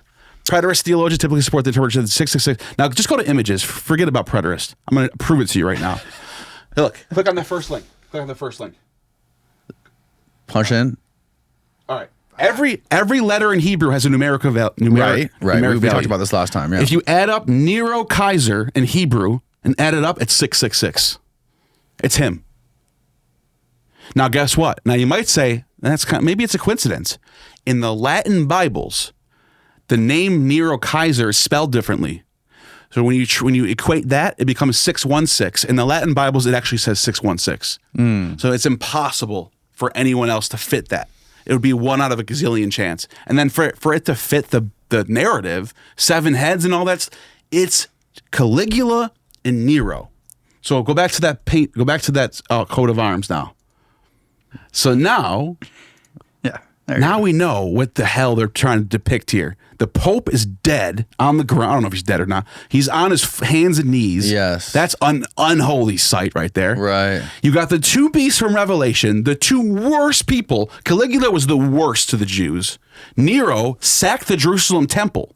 These are the two worst emperors in history. They're the two beasts from Revelation. And then you have them bragging about everyone they defeated in the middle. All the wins. Look. See on the top where it says Jaffa, it's very blurry, but you're seeing on the top middle, it says Jaffa, and it's Napoleon and his army blasting away a bunch of people at Jaffa because he had won a battle there.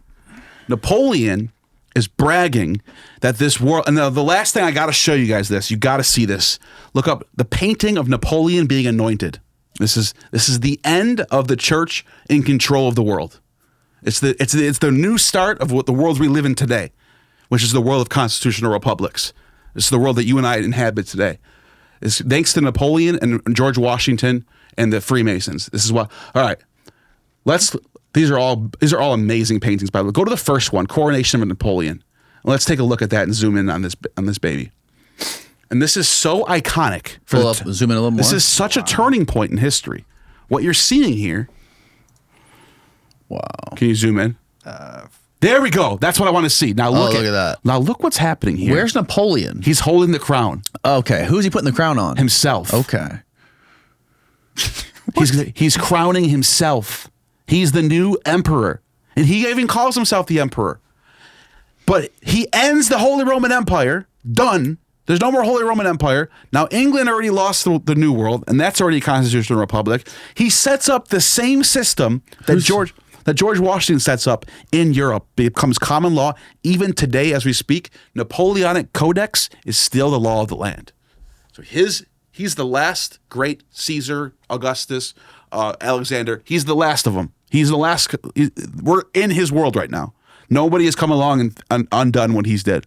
We are still George Washington and Napoleon are the two. That's why they're the two heads.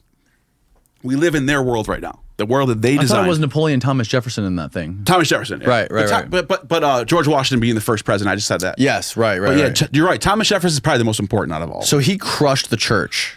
Now, who are these people with the Pope hats on? That's all the bishops and cardinals. Now, think about this.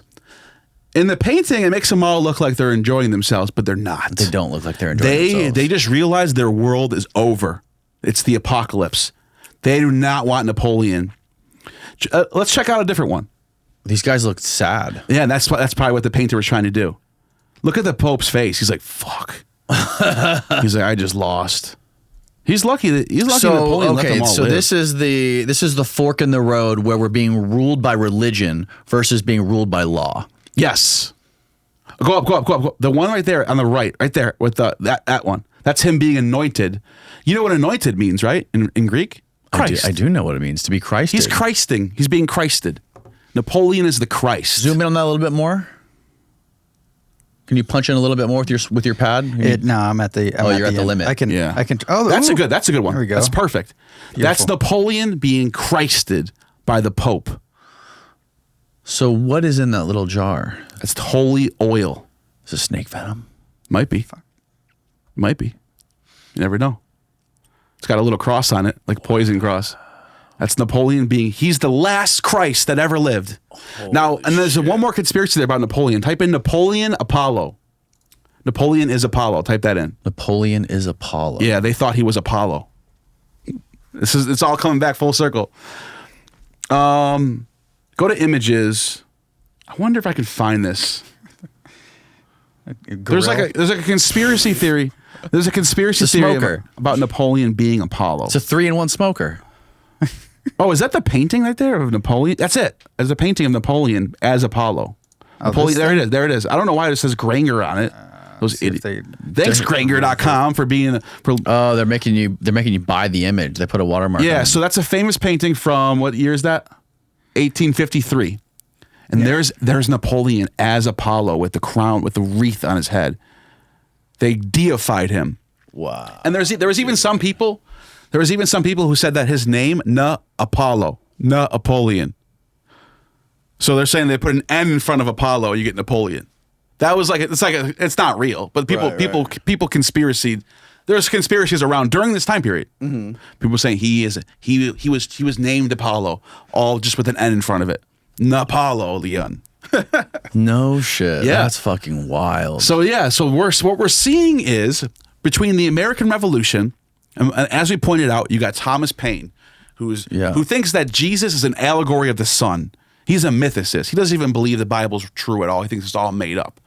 Paine doesn't. Paine completely disses Christianity. Yes. He's the philosopher behind the whole American Revolution. And how was that perceived by the rest of the population? Like, what did people think about that? I mean, Thomas Paine was hated by the Christians. Hated. They burned his books in England. I mean, what did people like the other founding fathers think of him for that? They all wrote about him as the greatest philosopher of their time period.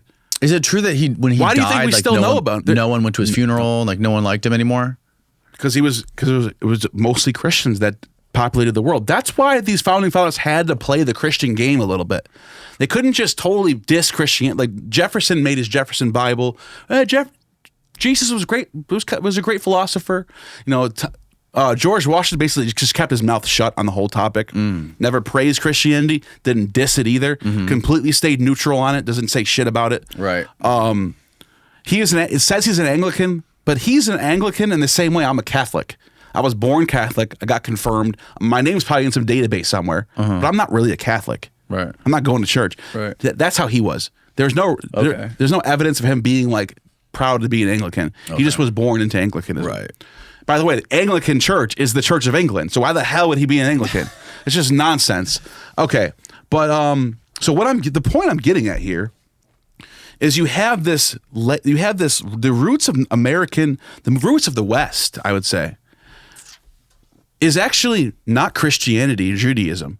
It's actually Greco-Roman, Bacchic, Dionysian, Republican, Democratic worldview.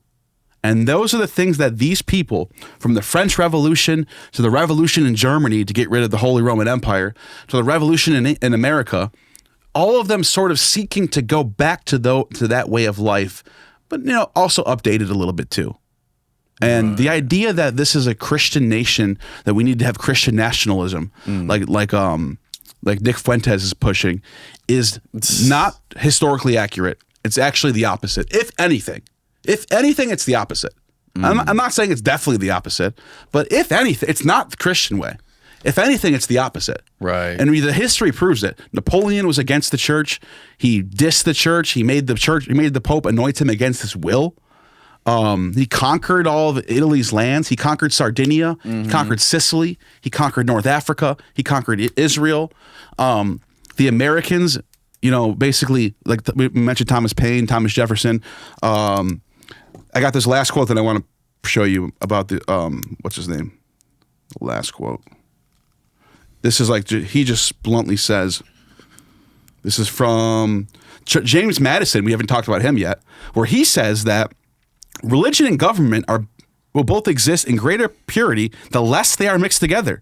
The purpose of separation of church and state is to keep forever from the shores the ceaseless strife that has soaked the soil of Europe in blood for centuries. Like he's basically saying, Europe for the last 10 centuries, we need to end that. That's not the way we want to go forward. Which is if you think about it, that's basically what's led to today. Civil rights movements, people wanting to be free. That's sort of the new god that we're under, which is Dionysus, if you think about it. Yeah. The freedom god. Well, we've invented, it's like in our world now, everything is so good in America. Life is so easy here. We've invented new religions, and people treat the Democratic Party and the Republican Party as their religion.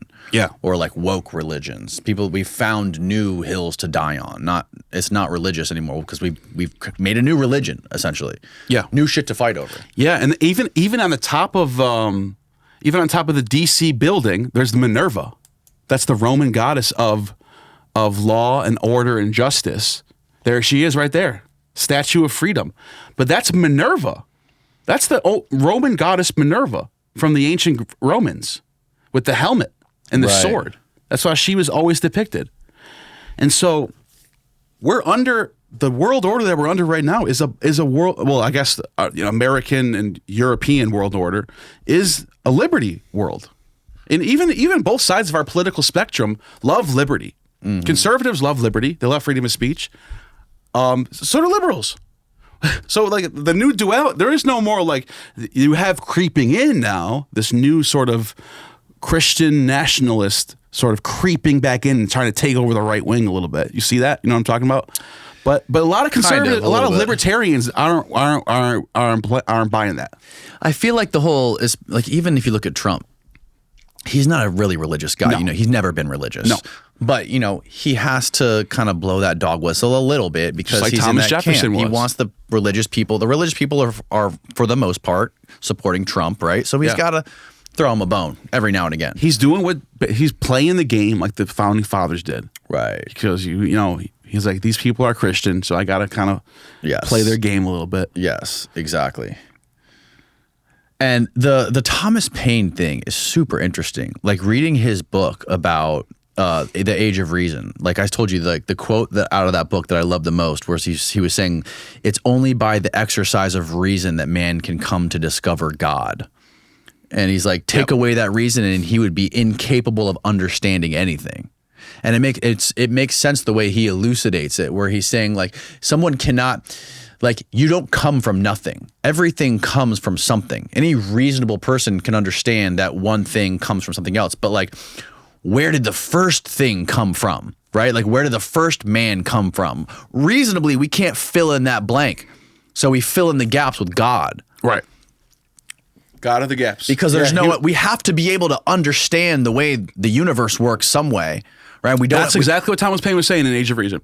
Yes. He's laying out, he's like, we've always believed that the gods were in control of the rain, or they're in control of the tsunamis and the floods. Right. And then we figured out what was really happening. There's a science behind it. There's a cause and effect. And then we said, okay, well, God's behind the other things, like the sun, or why does the earth move, or why are the stars moving? God's got to be that. Right. And it's moving into the gaps where you end up getting, like, wherever any mysteries we have, anything we can't figure out, that's God. Right. Which I don't have a problem with that. Right. I think people have a right to believe in mysteries being divine. Totally. You know? Totally. And then, the other great thing that he elucidates really well is that when you look at the Old Testament, he compares it to, like, anybody explaining, like, in a court of law, for example. If I go into a courtroom and I give testimony based on an anonymous source, saying, I got this evidence from somebody who's anonymous, that would never hold up in a court of law. Not even in real life. If I told you something I heard something from somebody who's anonymous, like you could believe me if you chose to, but you have no reason to believe what I'm saying. Right. And that's what add a whole nother layer onto it. Now I'm telling you, not only is the source anonymous, but the fucking sun stood still, or this person spoke face to face with God. Right. Now you're just taking it to a point where it's completely ridiculous. Yeah. And that's what he says the Bible is comprised of. It's comprised of these stories who were composed, but we don't know who the authors were. And the explanations they're getting are from anonymous sources. Right. And they're ridiculous claims. Yep. He points out that Matthew, Mark, and Luke, and John, we don't even know if those are the real names. He's one of the people who put that together. Yeah. And he also points out that a lot of the stuff that we find in the Bible seems to also be drawing from other pagan myths. Yes. He points that out as well. And as you said, the sources for the claims, a big example is Paul. Paul's epistle, Corinthians is the big one. In Corinthians, Paul says that Jesus returned to 500 people. And first he appeared to Cephas, then he appeared to James, then he appeared to 500 people. And Paul never was there. Paul doesn't even name who the 500 people were. Right. So it's not even a primary source. It's not even a secondary source. It's kind of a third-hand source. 500 people will say this too. Christian apologists will say, we have 500 eyewitnesses that saw Jesus. Who are they? What are their names? What's their testimony? No, you have one text that says they heard from a rumor. They heard a rumor that 500 people saw him. That's not 500 individual testimonies. That's one third-hand source. That was written down for the first time how many years after it allegedly happened? Probably a decade after. 10 years. Paul wrote it within a decade. Paul wrote pretty early. Okay. So Paul's letters, I think it's like 40-something? 40-something. Yeah, Paul wrote it about 10 years later. Yeah. Paul, maybe 20. I don't know. Paul, you have to give that credit. Yeah. Paul wrote his letter pretty early. But you're telling me that 500 people saw a risen Jesus and they didn't write anything down. And only Paul wrote it down. Nobody says anything. Nobody says, I saw a miracle today. My name is this place. I live in this city. Boom, write that out there. Right. Nobody else. It doesn't get to anyone. Only Paul is the only one that knows this. Sorry. And I think you pointed out on the first podcast that we did together that in the Old Testament, the books of Noah were written allegedly like 800 to 900 years after he died. The first writings of... Even later than that. Even longer. Because Noah... Supposedly, if let's say Noah lived and we do the math, we would end up, so this is how we do the math. You can look in Luke's genealogy, you can look in Matthew's genealogy, and you can do the math between all the sons and fathers, and you go all the way back to Noah. Yes. You would end up plus or minus 50 years, because some of them are like, we don't really know exactly when they died, but we're just going to give them 10 to 20 years gap, right? You can give or take some. You end up around 2500 BCE for Noah. I think that's what it is. Yeah, 2000 BCE for Noah. Give or take some. But you can even go, just to give it, when did Noah live? You can look that up. It's a good idea. But like... Noah when? Yeah. So I was going to say, I'm in the middle. Like, give or take some. We don't know exactly when, but at the latest, it's going to be 3000. At the shortest, and that's if we're doing all the math about who the fathers of Josiah, Hezekiah, all the people in Jesus' genealogy going back to Noah. Right. You would end up somewhere between there. Okay. So 3000 to 2000. The story of Noah. So let's go with the latest, or let's go with the earliest. Let's give them a bone. Let's go with 1998 BCE. Let's say Noah died in 1998 BCE. Okay. So that means the story of Noah doesn't show up in literature until 300 BC. The first time writing, Noah shows up in anyone's sources is 300 BC. That's over 1,000 years plus. 1,600 years. 1,600 years have gone by, and nobody mentions Noah ever. That's pretty suspect. Now you do have other flood stories before Noah. Yeah, you have Ushnapishtim, you have Deucalion, you have Epic of Gilgamesh. Yeah, but those don't mention Noah. Those are other guys doing flood stuff. Noah, flood stuff. Yeah, Noah shows up. Noah shows up in the primary sources around 300 BC. Like he points out, 1,600 years have gone by. That's why when you said 900, I said it's more than that. 1,600, and that's if you give them the latest date. It might even be more than that. If I said 2,500, we're looking at 2,000 years before Noah shows up in that history. It's made up. It's made up mythology. It's insane. Let's just be real here. Yeah. You know, I know it gives a lot of people comfort to think that we have it all figured out. Religion's always been correct, but it's just not true. I'm not even an atheist. I'm just saying that this one isn't true, but I don't know what the truth is. I'm leaving it open. I think that's the best way. I think it's the best way to approach it. And then he also said that he thinks the book of Job is the one book that doesn't belong in the biblical canon. Who said that? Thomas Paine. Oh. He said the book of Job. I can see why he'd say that. He said it stands totally disconnected from the other books. It does, because it doesn't mention Abraham or Noah or Jacob or 12 tribes. It doesn't even mention Israel. And it mentions like astronomical names. Yeah, and it has there's no zodiac figures in it. And there's no evidence that the Jews knew anything about this stuff. Well, they do eventually, but I think I know what he means. I think I know what he means. Yeah. He said they had no knowledge of astronomy at the time it was written. Yes.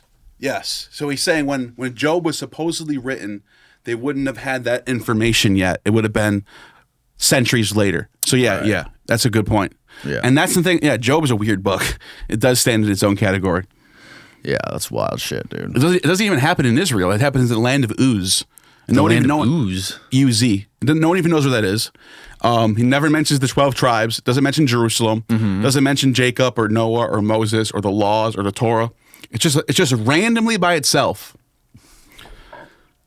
Look at location mentioned in the Old Testament prominently in the book of there is a man in the land of Uz. It is mentioned. It is most often theorized that the land is Uz, so they don't really know for sure. Right. They're just kind of guessing. But yeah, but yeah. So the founding. That's. I just want to. I think if there's anything I'm really trying to like drive home, is that these revolutions that happened between the end of the 18th century through the middle of the 19th century with American Revolution, French Revolution, and so forth, are driven not by Judeo-Christian ethics, but the opposite of that. The actual rejection of those things. And that's what our Constitution is kind of built on. It's kind of built on the ethics that are opposing Judeo-Christianity and looking and sort of drawing from the old Roman Republic of the pagan culture. Right. The Dionysian Apollonian culture. Yeah. You know? And out of all the planets that are able to inhabit life in our solar system, our planet is the one that Jesus came to. I know, right?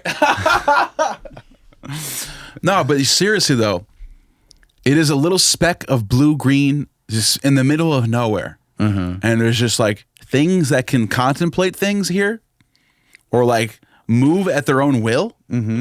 It's so trippy. It's more trippier or more mind-blowing than anything in the Bible.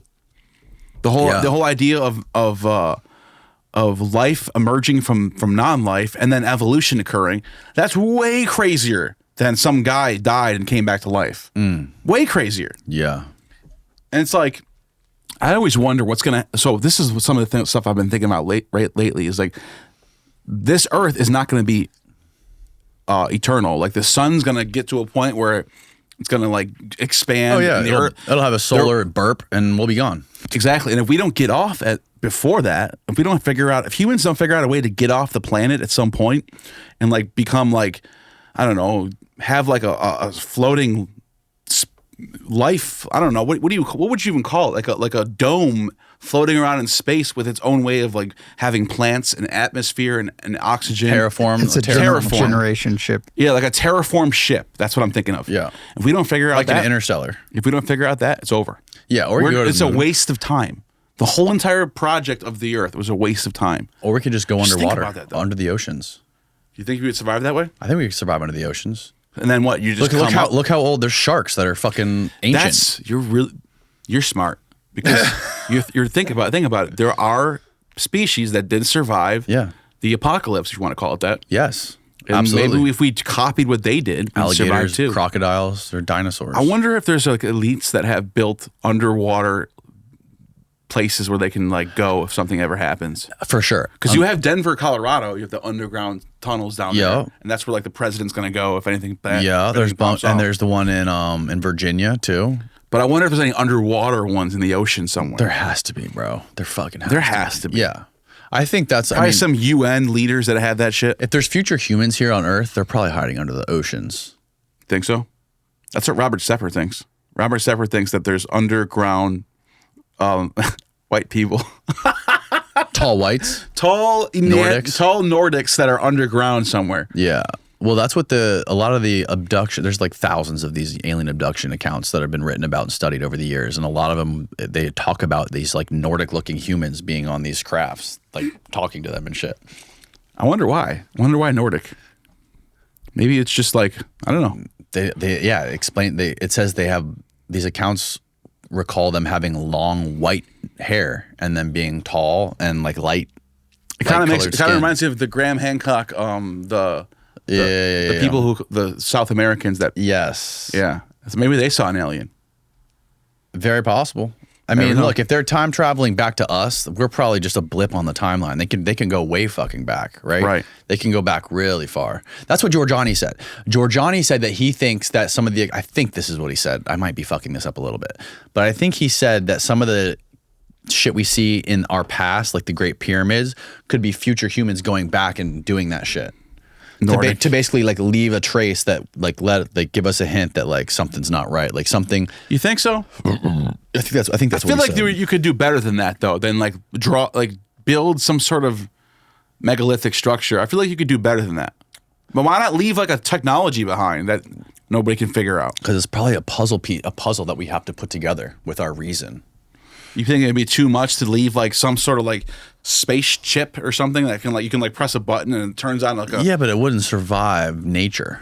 it would rust The away. only shit that survives thousands of years is giant stone structures. But that means that they're not that advanced because they're not that advanced that they can leave something behind that can stay through the elements. Then they had to have some limits on them. Yeah, but like What I'm saying is I'm still saying you're possible. Mm-hmm. But if that's all their options are is to build a megalithic structure and hope that we find it, that kind of says something about them. In a little bit. yeah, well there's these megalithic structures that there's no reasonable explanation as to how they were created. Yes. Look at Thomas Paine's, you can ascribe, people are filling the gaps with fucking aliens, right? They're trying to, Like Göbekli Tepe, we they're still trying haven't to figured out really. ET the gaps with reason for how this was fucking created. These 2 million, there's like over 2 It's million either aliens blocks. or God. Can't be anything else. Right, aliens or God, or an advanced or advanced humans. Or advanced humans. And right. there's an idea that the human timeline is not linear. That like we advanced. Either there's this long timeline of thousands of years, and somehow The Ice Age? around 1800 or when was the Last Ice Age? 10,000 yeah BC. the last A little- Pleistocene 12,000 BC. 12,000 Yeah. 12,800 BC. Around there was some sort of cataclysm that basically wiped out humanity, and we had to it reset us back to the Stone Age. So we evolved so much and created all this crazy technology. That's how we built the pyramids. We had a crazy different understanding of the world and physics and math, everything. We got wiped out, and now we had to restart. Now we don't understand how this was made. Because or Giorgiani thinks in the future they took their time machine, went whoop way back into the past, and built this shit to confuse us. It's all mind blowing because if you think about it, to sort of go with that for a second, the timeline of history sort of does start around 10,000 BC. Yeah, That's when you start seeing like right. structures that are built with designers that can like withstand time, Yeah. and not just arrows for hunting, but like Göbekli Tepe, not just Göbekli Tepe, Jericho. The city of Jericho was built around 10,000 BC. The palace at Knossos, Crete. There's a bottom layer at Knossos, Crete, where there was some sort of building structure there around 10,000 BC also. And then you have around 7,000 BC or 6,000 BC, there's a giant palace there on top of it. So somewhere between 10,000 BC and 6,000 BC, which is the end of the Stone Age up until the Copper Age, you do start to see civilization start getting faster and faster and better and better and better. All of a sudden they know how to use copper metal. It's pretty damn fast. But before that, before 10,000 BC, they're just, I'm just using the scholarship what the consensus is, they're just hunter-gatherers for like hundreds and thousands of years. And then all of a sudden, boom, they explode in technology with just the last speck of time. Something happened. Something happened. And, you know, Terence McKenna is probably the most, out of all the wild theories that are Stoned ape theory. Stoned ape theory. Yeah. That's the one that I think makes the most sense. I think so too. Because it's like, what if humanoids or humans or whatever, Homo sapiens, started eating mushrooms because they couldn't find anything else to eat, and they started tripping balls and thinking about space and thinking about math and thinking about this random shit, and then they started thinking about writing down symbols. And then all of a sudden you have writing, hieroglyphs. Yes. That's what makes sense to me. Dude, I had this dude in here after the first time you came on here. I had a guy come in a couple weeks after who he goes to all the ancient Indian temples all around India. This guy lives in India, born and raised in India. And we started talking about all the Hindu religions and all like the history of all this stuff. And he was blowing my fucking mind. He was explaining that there's like a monkey. Do you remember the name of the monkey? I saw this part. Where he's talking about this monkey, they eat these fucking mushrooms. And these monkeys are like the most evolved primates in all of India. We need to do a case study on this. We need to bring this to the forefront because Terence McKenna might be right. I had a biologist. I think she has a PhD now. She didn't yet when I talked to her, but she's really smart. Guts Givig, actually, is her name. She has a YouTube channel. I threw this at her. I go, what do you think about this theory? She's not sold by it, but she was like, it's not impossible that Terence McKenna could be right. She was like, we just don't know. We just can't really tell. There's no way of testing it. Right. But like, it is true, and this is what she was saying to me, it is true that right around this time, 10,000 BCE, human intellect just explodes. And then all of a sudden, within the next 10,000, from 10,000 BC to the Common Era, you're seeing a straight uptick in human intellect, like never been before. It's like a line like this that just goes up, right? Like just straight uptick in human intellect for the next thousands of years. But like those 10,000 years is a speck. It's nothing compared to the hundreds of millions of years that things have been, that Earth has been here, and humans and humanoids have been around. It's nothing.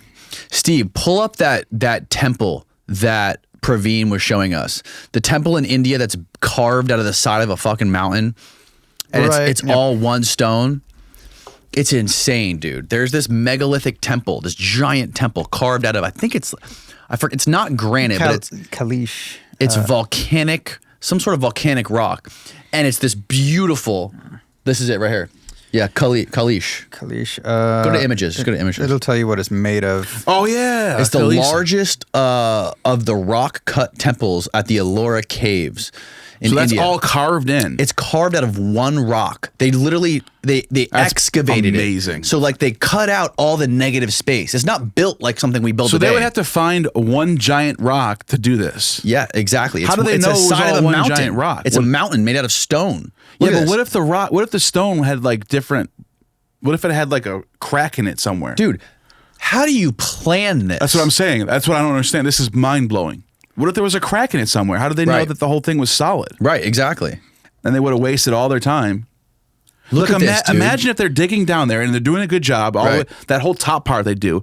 Then all of a sudden they get to that bottom part and it's cracked. Or there's like a cavity. Yeah, there's a huge hole there or something. Right. They had. You're right. They had to have known that this thing was one. Find some of the images from like the lower angle where it shows all the bridges and shit that are there. Yeah, that one there you on go. the right. No, That's beautiful. No, close that. Oh, wait. To go down. Right there. Yeah, that one's good. What, this one? Yeah, that one should be good. Yeah, that's nice. Punch it on that one. Oh yeah. Okay. Look at this. So look at this. Look how small the people are. Look at that. Oh my God, that's huge. It's 3 stories at least. And there's One rock. it's very similar in style to Egyptian. Yeah. It's very. You can. There's a lot of people who pointed out that Egyptians and Indians have been in contact for longer than we think. Yeah. Like And- they weren't separated for that long. In the Bhagavad Gita, I made this connection when I was preparing for this podcast. I was reading the whole story about how is it Krishna Krishna. puts Arjun. a fucking drug in his eyes Arjun. to make him see To make him see his final form. Or his universal form. I fucking saw that. love I was that. like, It's oh the soma. my god, It's the soma. That's what it is. It's the equivalent of the Greek kukion. It's a psychedelic drink. And yeah. But it says they literally put it in his eyes so that he can see. So he can see. Isn't that awesome? Dude, that's incredible. They were saying that the Indo-European word gehu, which means to like pour or libate, is where we get the word God from. The English word for God comes from an Indo-European word that's also cognate with kaikion and soma and haoma. So drugs, the ancient word for drugs, the ancient drugs, I should say, are all cognate with each other, where it goes back to Indo-European word gehu. That word gehu is cognate with the word God in English. So it's like, I can actually show you this. If you look up Indo-European vocabulary. Look at all those fucking elephants, dude. It's amazing, dude. That's amazing. And by the way, the Indians are Indo-Europeans, their language. And Sanskrit. I think the Islamists came in and tried to destroy all this stuff. They did. Indo-European vocabulary. Yeah, right there. All right. Now, can you do a word search for? Do a word search. What if there's like there you go, lexicon. No. That I know it's in that one. That's Oh, why. it is? That's why It's I in said the wiki? Yeah. Okay. So if you do a word search, type in the word libate, Libate. All right. See, look at this. Okay, this is going to be crazy. To pour or invoke. Now look on the right. It's cognate with homa, the oblation of a Vedic ritual. That's the drug. Soma. That's what it's called. Or it's called homa. Whoa. So the word God, if you go up just a little bit, so you can see the top where it says go up a little. English, God. Yeah. So you see Indo-European gehu, English God, Latin, I don't know where fundu comes from, but these people know. And then in Sanskrit, homa. So this drug, What is Homa? that's the soma drink. Oh. That's the drink that makes you see the gods. Holy shit. So our word for God has a cognate with the drugs that Krishna is using. Yeah. Isn't that crazy? It is crazy, dude. So that the word God's connected to drugs. Yes, I think it is. Dude, after literally falling down this rabbit hole with you and Ammon like a couple months ago, it makes what makes the most sense to me, the easiest way for me to understand this, is that these ancient people were taking drugs and it showed them the fucking fabric of the universe. Yeah. And they thought that was God. Well, as I've mentioned many times before, I've had a lot of experiences with DMT. And those experiences with DMT has me convinced that our religion comes from psychedelic experiences. Yeah. So I don't know what happened, how they got away from that stuff. A lot of primary sources reflect it.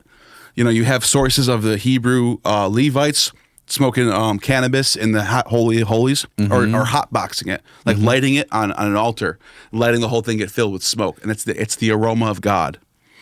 You have the Kaikian in Greece, drinking the wine mixed with the ergot. Yep. You have the Soma. You have the Haoma in Persia. You have all these different types of psychedelics, and they're all connected to these major priesthoods.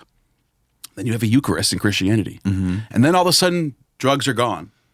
So it's like... What was the theriac? That was like a bunch of snake venoms? The theriac was viper a venoms? Romans-era drug mixed with venoms, yeah. That's what Galen... There was a ton of shit. Can you find the ingredients list? I don't know if we know it all, but you can look it up, yeah. Type in the ingredients list for the theriac. I think it was like 12 different North African viper venoms. Oh, they do know it. I didn't know they knew it. I thought it was a mystery. Here we go. According to commentary on Exodus, Ketisa, the Spanish scholar Moses Ben Nachman lists the ingredients of the theriac: leaven, honey, flesh of wild beasts and reptiles, dried scorpion, and viper. Oh, it was flesh of viper. Dried scorpion. What the hell? And I know that dried scorpion is a psychedelic. Oh, here I found that out. They got a bunch of roots. Really? I thought Roots. Ammon said they had a bunch of Roots. Wait a minute. Hold on. Stop right there. That's where you get DMT from extracting from roots. Is it a specific root? It's almost every root has some sort of DMT in it. Every single kind of root. So Mimosa hostilis root bark. Cinnamon. So Mimosa hostilis root bark and Acacia confusia root bark have the highest levels of DMT. Right. But it's said that every kind of root bark has some little bit of DMT in it. So those can all have DMT in it, just a little bit amounts of it. Right. Didn't Ammon also say there was like bodily fluids mixed in there? Yeah. Flowers. Fruits and seeds. Oh, by the way, you have to add as what's called Syrian rue seeds to your acacia root bark to convert it from DMT to ayahuasca, because it's an MAO inhibitor. Right. So those seeds might be MAO inhibitors. How did they figure that shit out, dude? But if I had to guess, that's what's going on. You have the seeds, you have the MAO inhibitors, you have the DMT roots, and you have all these other types of stuff mixing up with this, making this super magic potion to meet the gods with. Good God, that's a ton of ingredients. I know, it's nuts, dude. That's It's more, nuts. That's I more wonder than if what's in your- anyone's tried to recreate it like in modern times. I want to. Like I want to see. I Want want to do it when I come down here? Yeah, I want like some sort of like pharmacologist chemist. Yeah, I would need some help to with try that. to try to do this shit and try to make it. I don't know if it'd be ethical. If you really took, It's easy to make DMT. If though. you took almonds, literally, anyone can make DMT. It's super easy. DMT. Super easy. It's to so make? easy to do. You just get acacia confused root bark or Mimosa hostilis root bark. It's legal because you can use it as dye, purple dye. Purple dye. I'm not kidding. You can use it as purple dye. I've done it before. Isn't that mind blowing? This is why I take Ammon seriously sometimes, because you can. Sometimes. Dude, he's right. You know what I mean? You can use that purple dye, and it's legal for that. Yeah. But if you don't use it as purple dye, you can add it to hot boiled water, and you'll see the layers mix up together. You got to add caustic soda. You got to mix it up with caustic soda, get it real hot, and then the layers start to separate. Shake it up real good. Probably let it sit for a day in a hot bath. The next day, you add the naphtha. Naphtha's in the Bible too. Anyways, naphtha's in the Bible. So you add it with the naphtha. Then you see a thin layer on top that's clear, and a big thick purple layer on the bottom. You extract the thin clear layer with a pipette, something you extract it with. Get a little Pyrex. This is how easy it is. I'm almost done. You get a little Pyrex dish, a glass Pyrex dish, squirt the extraction in there, put it in the freezer overnight. The next day, when you take it out of the freezer, you'll see all the DMT crystals on the bottom. Really? Naphtha does not freeze. So you dump the naphtha out, put it back in your dish or whatever. You can reuse naphtha like 7 times. And then you dry out those crystals, and it's pure DMT. Wow. It's that easy. You smoke it? It's the best way to do it? Smoke it, yeah. You have to vaporize it. Right. So you get fucking... I just taught you how to make DMT. You go to heaven for 9-10 minutes. I have experiences that I won't even do justice to try to talk about it. It's only just it's life changing. I told you about that. Like dude you go who came into on the different podcast. places and come back. You literally are gone and come back. I told you about that dude. Especially if you close your eyes and do it. Really? I used to take a beanie, just put it over my eyes when I did it. Because when your eyes are closed, you go into your head, and you could just drift off into outer space. When your eyes are open, you're focusing on your environment, and then you're not focused on you want to meditate. You want to be like sitting there like this. That's why I just put a beanie over my head, and any distraction. I'll even put earplugs in because any sounds from the outside will wake you up. Interesting. You want to be completely distracted from everything. And then whenever I would let someone do it, someone wanted to try it, I would give it to them, show them how to do it, and I would leave. I'm going to go leave for 10 minutes. I'm going to leave you by yourself. I don't want to sit there and bug you and ask, how is it, dude? Yeah. Because I would hate that. Right. I would literally show them how to do it. Here you go. I'll even do it before you, show you it's safe. I'll do it before them. They'll watch me trip. They'll be like, whoa, dude, you were tripping out bad. Yeah, that was fun. That was amazing. It was ecstasy. Feels amazing. So now you know how to do it. You watch me do it. Here you go. There's your dosage. I'm going to walk away. I'll be back in 10 minutes because you'll be sober by then. Because that's it. 5 minutes, you're back to normal. There is no come down. There's no. How often, in your heyday, how often would you do it? There was time periods where I would do it every day. Really? There was time periods where I did that. I had some DMT phases. Let's say that. My biggest fear with it is not being able to come back to reality. It's never happening ever. It's impossible. Never? It's impossible. It's impossible. I mean, not being because the half-life of DMT is it's physically impossible. I don't mean like permanently tripping. I mean like it actually causes something, rewires your brain permanently to where you no longer think the way you used to think. No, it does in a good way. I think it makes people smarter. I think it made me smarter. Really? I used to be a dumbass. I used to never do good in school. I used to not pay attention to anything. Now I'm all. I think it improved. I think it improved my thinking. I honestly do think that because ever since when I had that DMT phase, I was kind of just like a loser pouring concrete and living in a dumpy apartment. And then after that, I got really I started wondering about things more. Started studying things more, started researching things more. And then I wound up Gnostic Informant. And there's got to be some connection that way, right? Yeah. But does that happen to everybody, though? Or are there some people that just fucking never leave their apartments and just fucking stay? Maybe. That I couldn't tell you. It's interesting. I told you I had a guy, Andrew Gallimore, on the show about a year ago who's in Tokyo, and he's studying this stuff full time, and he's doing this extended state DMT research where he gives people like an IV drip of DMT all day, where they keep him in, they pull him out briefly, and it's like, tell me what you're seeing, tell me what's going on. And they're trying to like map this whole DMT realm to figure out what the fuck's really going on and what's there. Like, is there a veil that that drops when you're not on it? I wonder how successful that's going to be because like I said, when you're on it and people are talking to you, it takes away from the experience. It's hard to stay focused because people who've done it are going to understand what I'm saying about this. Yeah. There is some sort of like, you have to kind of daze off for it to work. You have to kind of doze yourself off. If you're focused on the world, if you're focused on all this, you'll stay here. You can like hold on to this world if you really wanted to. If you let yourself doze off and you're just kind of, you know how you daydream and you're just like, if you do that, you're gonna go off into another. That's how you blast off from dozing off. Letting yourself slip. Like I said, that's why I use the beanie. When you close your eyes and do it, it's the best way to do it because you're not focusing on the world around you. You're just in your head, and that's those are the best ones. And you're just gone in your head. Right. And you just start seeing like anything. Start seeing colors, start seeing shapes, start seeing crystals, start seeing all kinds of weird smoke. Sometimes it's all smoky or something. Like it's really weird, dude. It's hard to explain. And Joe Rogan did a good job explaining it a long time ago. This is from an old clip where Joe Rogan says, it's like, imagine if you had liquid gold in your hands and you're trying to hold on to it and it just slips through your fingers. That's what it's like. You can't hold on to it. You want to hold on to it, but you can't take it with you. Can't take it with you. Really? You try to remember things. Like I've always told people my biggest breakthrough when I met a god that looked like Brahma. And I tell people this all the time, and I'll never forget it. I remember it like it was yesterday. But I specifically remember having a telepathic conversation with this being on DMT, but I don't remember what it was. When I came back down, I forgot it. I don't remember what the hell we were talking about.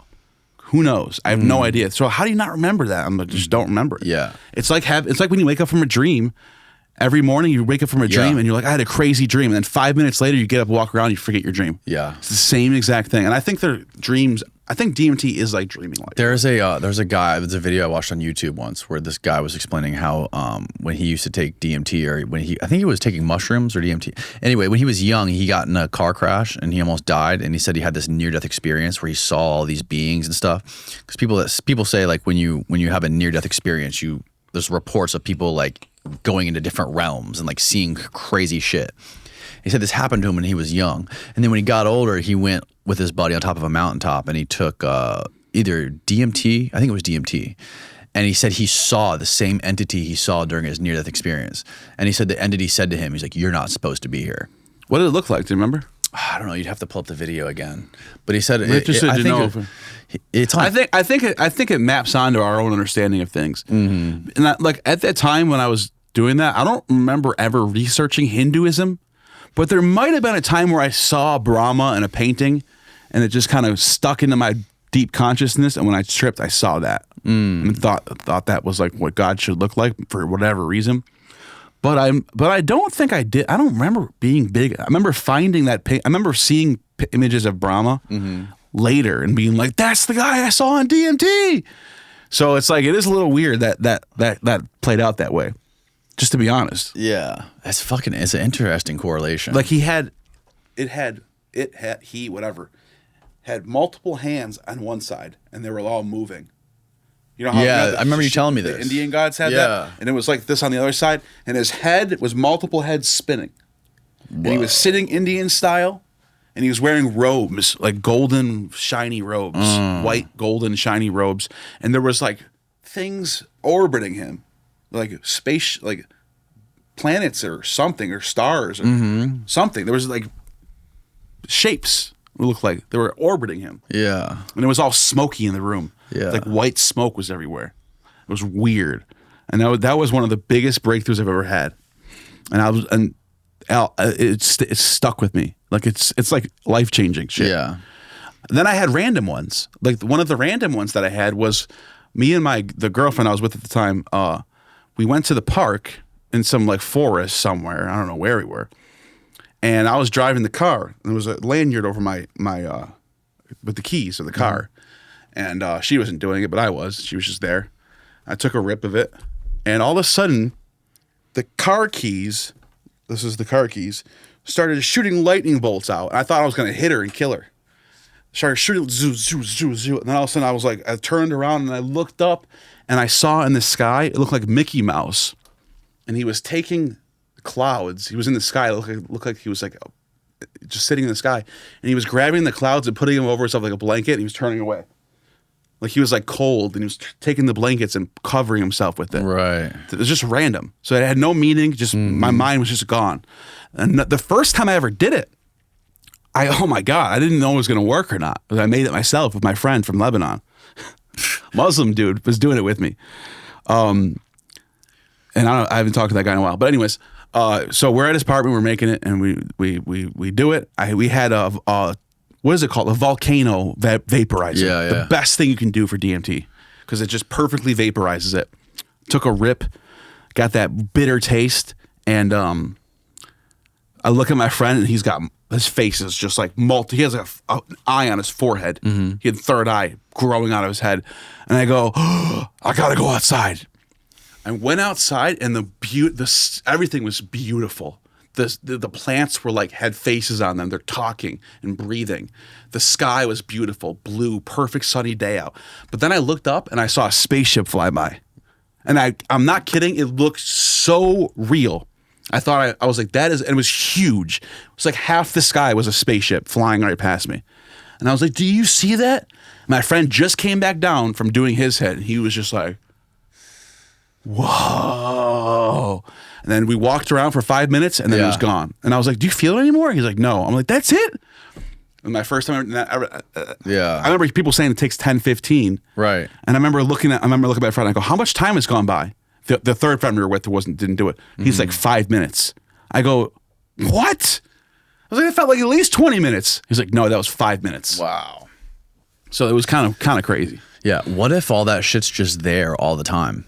That's what people think. All the shit you see on DMT. The shit you see on is and actually, the DMT is just tearing down your senses. it like gives you an antenna. So like you can like all of a sudden now you're locked in like Bluetooth. Mm-hmm. Like you can hear it or you can see it. You know, it's kind of crazy to think about. You're getting fucking catapulted right into the fucking world of the muses. That's what this Rosicrucian shit.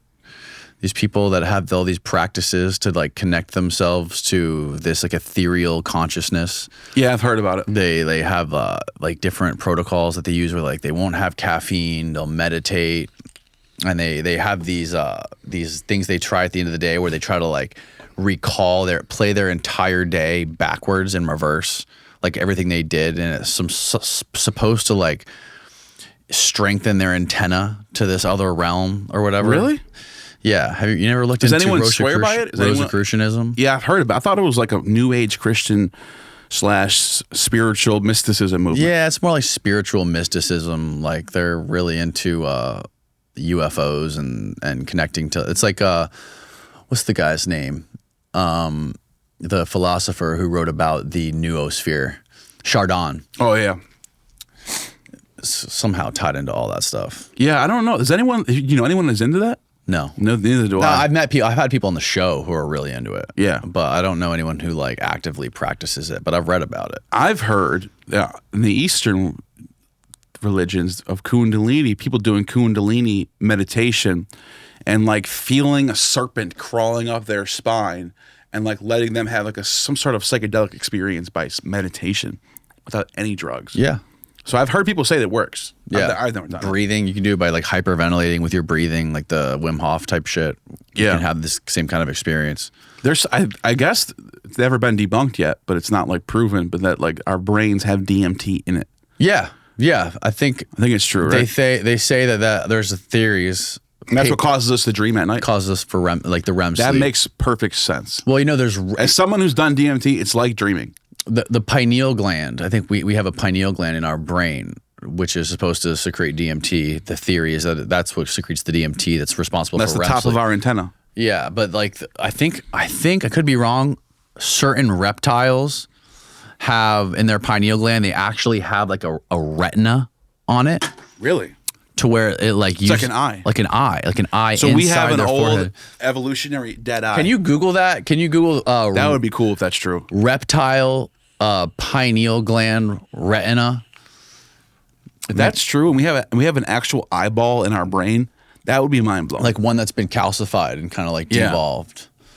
You know, people say like, don't drink water from the sink. It's going to calcify decalcify your third eye.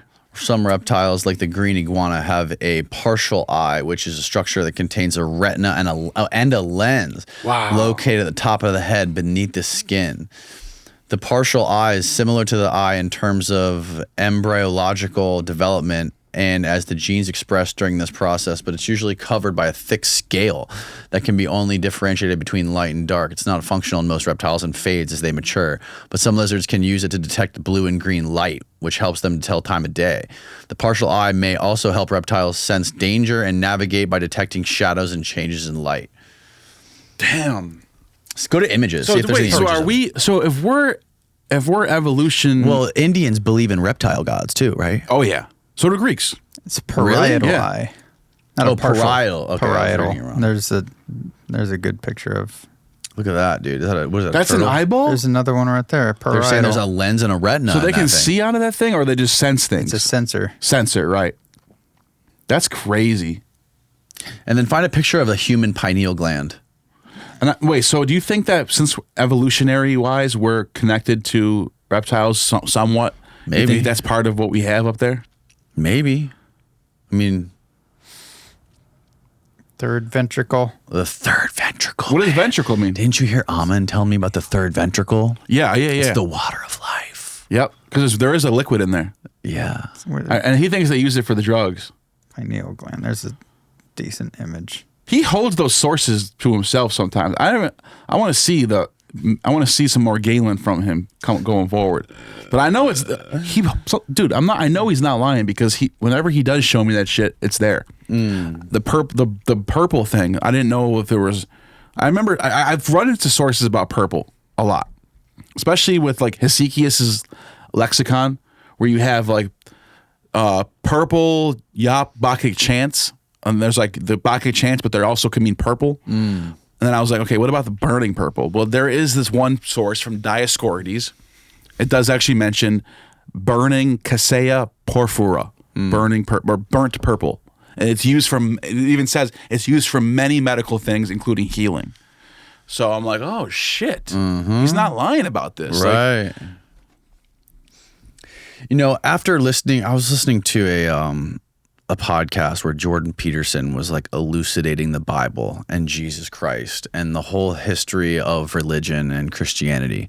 And he was basically, you know how Jordan Peterson does it. He like lays out how this philosophical framework for morality is there to help us be a efficient and a structured society. He makes a case for Christianity somehow being a way to make society work in a way that we can all live in harmony, right? And the more you think about, like I was trying to conflate he tries to make that argument that Judeo-Christianity is the moral ethics behind all Western culture. As if going against what I've been saying this whole time. Like, yeah.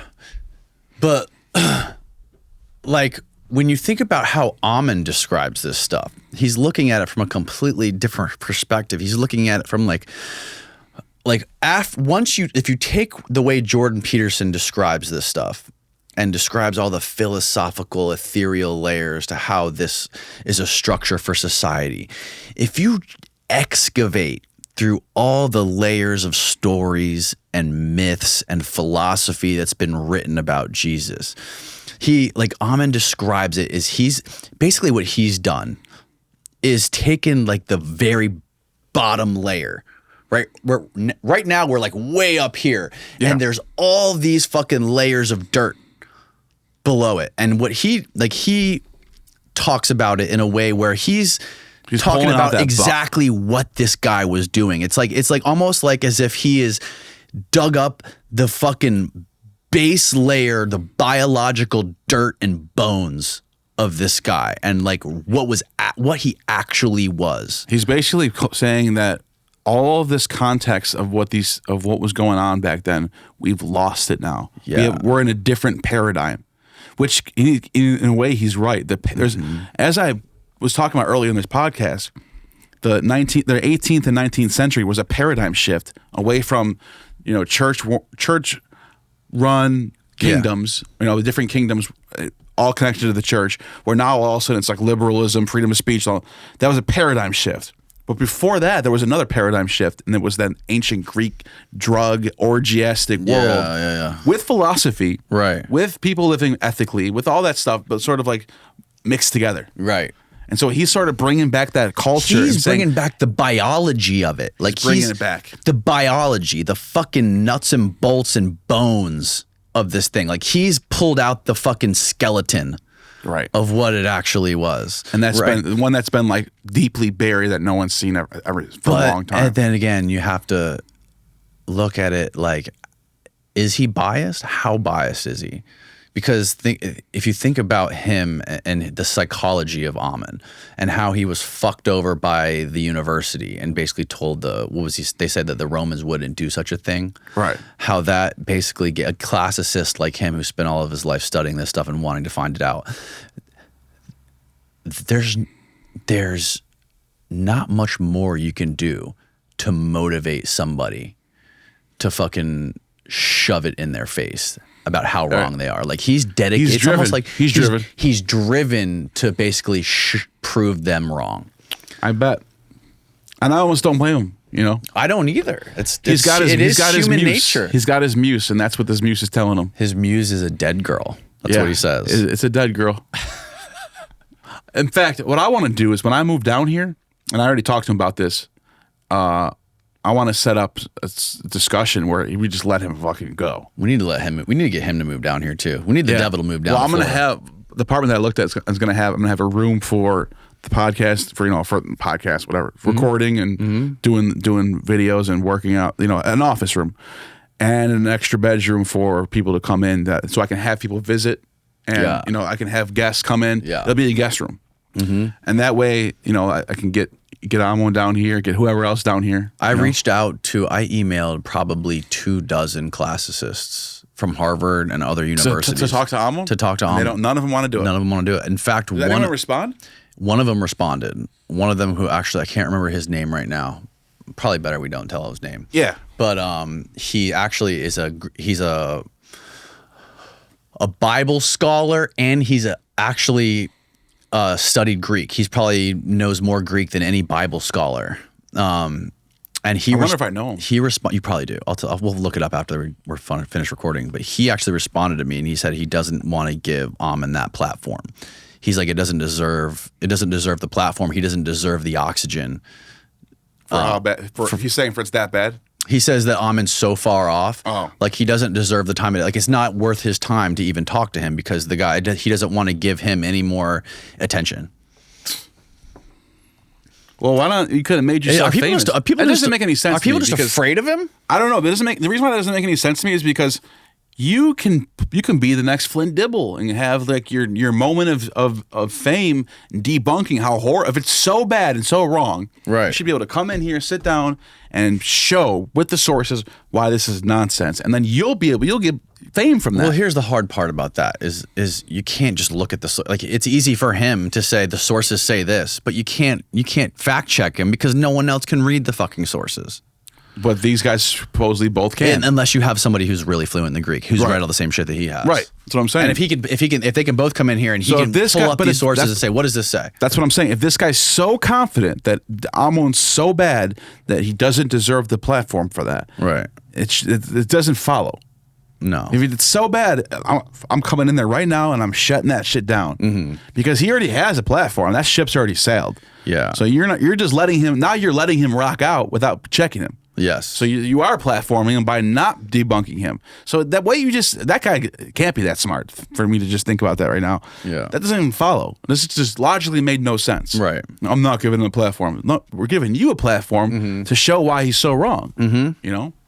Yeah, and the fact that he's so dedicated to this, like he's so rare in the fact, like he refuses to monetize his YouTube channel. Did you see that article from Medium from somebody? He sent it to me last night. Yeah. I read it last night. That was a long article. It mentions my name in it too. Yeah, you know, it's interesting too. When I brought up to him, I'm like, "What do you think about the Anunnaki and the Nephilim?" Yeah, I saw that part. He's like, he like laughed at it. He's like, "That's such bullshit." Right. I'm like, you believe all this shit, but you don't believe aliens? You don't believe Anunnaki were aliens? No, he thinks that. I think he said that the giants meant like they were intellectual. If giants. it ain't a Greek source, you don't believe it. Right. Yeah, it's funny. Where did the Anunnaki alien concept come from? That came from who's the guy who was a Zechariah Sitchin. Sitchin. I was thinking. I drew a blank too. Yeah. But yeah, I always drew a blank on his name for some reason. When were those texts, those tablets? When were those made? When was it discovered? Yeah. Or no, when was that? When was the Sumerian? When were they written? When was the Sumerian civilization? 3000 BC. 3000 BC. I think they start in 3500 BC, and then they get replaced by the Babylonians at 2500 BC. Oh, okay. So it's like that 3000 years, something like that. Right. Or I mean 1000 years. Yeah, the Sitchin shit's crazy. Like he said, they were trying to mine gold so they can put gold particles in the atmosphere. And now there's actually science or an article. Is that true? Well, that's what Sitchin writes about. He says the Anunnaki were trying to use gold to put in the atmosphere for something. And now I think recently climate scientists came out to say they can put gold particles in our atmosphere to stop climate change. Wow. Can you find that? See if that's real? If that's true, then you got to give Sitchin a point there for that. Type in like climate scientists gold particles in atmosphere. See if that's real. I saw that. I heard that somewhere. That could have just been some fucking crazy conspiracy theory I saw on Twitter. But sometimes that shit comes true. I think I heard Joe Rogan say that before. Exploring how gold might be used to help the climate it's going to be an change. article, not a YouTube video. That's World Gold Council. Not a YouTube video. It's an article. Okay, well, I'm just scroll down. Yeah. Okay. Well, NASA's gold finds surprising shapes in the atmosphere. Gold. Going for atmospheric gold, NASA? A startup says it's begun releasing particle. Click on that one. What about the NASA one? A startup says it's begun releasing particles into the atmosphere in an effort to tweak the climate. Is it gold? Go down. Goldfinger. Is it the same article? Those are the only mentions of gold in this article. Go so back. It's going to be something else. What's that one? What's that? Yeah, atmospheric gold, 2018. For the first time, sorry. Punch in on that. Global scale observations of the limb and disc gold instrument was launched into space broadly. Commercialized gold is in all two ways. No, I don't think this is it. Is it? I mean, I saw some. I've heard about this. I've saw an article. Heard about this. Gold Particles. You don't have particles in there. Yeah. Particles. Scientist. Okay, There tiny it is. gold. Okay, there we go. You found it. Click on that. Is phys.org. Yeah, physics.org. Tiny gold particles can help harness energy from the sun to break down pollution. I wonder what the technology is. When organic pollutants such as dyes, agricultural chemicals, and pharmaceuticals enter waterways all around the world, they can harm the environment and human health, and removing them can be incredibly difficult. Substances that absorb energy from light can be used to accelerate the rate of chemical reaction. Blah, blah, blah, blah, blah, blah. To solve the problem, the researchers say having their sights set on finding photocatalysts that can harness much more of the solar spectrum. If you can use solar light, it's cheaper and much more available than UV light. Gold nanoparticles key. Dude, yeah, no, you're not lying. They're definitely talking about that. That's kind of crazy, huh? That's nuts. The question is, was something like this going on before Sitchin wrote that? Or did Sitchin just guess right? No, this came out way after. This came out in 2023, last year. 2023, yep. Right. So what do you say about that? I mean, all the Sitchin haters at least admit that he was, guessing some good things on that one, right? Yeah. Or maybe his translation's right. I couldn't tell you that. Yeah. I go with Samuel Noah Kramer when I go for Sumerian translations because I love he's translated like tons of text. That's where I found the story about Inanna. Is he still alive or no? I think he might have just recently died. He's an older scholar. Mm-hmm. I don't know if he's alive or dead or not, but that's a good question. But he translated the Descent of Inanna, the Catabasis of Inanna, where she dies for 3 days and then resurrects and brings the dead up with her. So that's like a clear example of a dying and rising god all the way back in the Sumerians. Yeah. Just like when we're talking about the dying and rising gods. There's something with that 3-day thing that shows up in a lot of different sources. So when Dan McClellan came on the show, he was saying something about there was one Bible that he says is complete bullshit. I think it was the King James Bible. Yeah. Why did he say that King James Bible was bullshit? Because the King James... the King James had all these different like bishops and whatever they're called. And they got together and they had convened that they were gonna create a English Bible that was in uniform, there had no contradictions, and wants it to say what they want to say. So they made little changes in certain parts that they wanted to censor. They tweaked. They went with manuscripts that they agreed with. They went with they used certain Latin manuscripts that aren't in the Greek. Mm-hmm. For example, I'll give you an example. The verse 1 John 5:7 has an extra like 10 words at the end that doesn't show up in any of the ancient Greek manuscripts, and it's a Trinity. It happens to be a Trinity verse that says that God is the Father and the Son are one.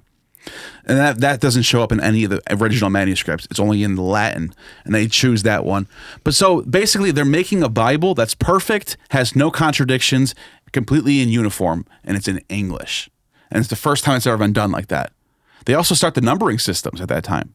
So that's why when you find newer Bibles, NIV, for example, that says verse omitted. So let's say you're reading Mark, and all of a sudden it says, Mark, verse 8 says, Jesus went to the waterfall. And verse 9 says, verse omitted. And then verse 10 back to... Right. And people will go, what's going on? These scholars are evil. They're deleting verses. The King James has the verse. That's because the King James has added verses. And it's not that the NIV is deleting verses. They're going back to the original manuscripts, and they don't have that verse, so they have to omit the verse because they're using the same numbering system that the King James started. Right. That they have to have the same numbering system in order to be able to compare Bibles. Mm-hmm.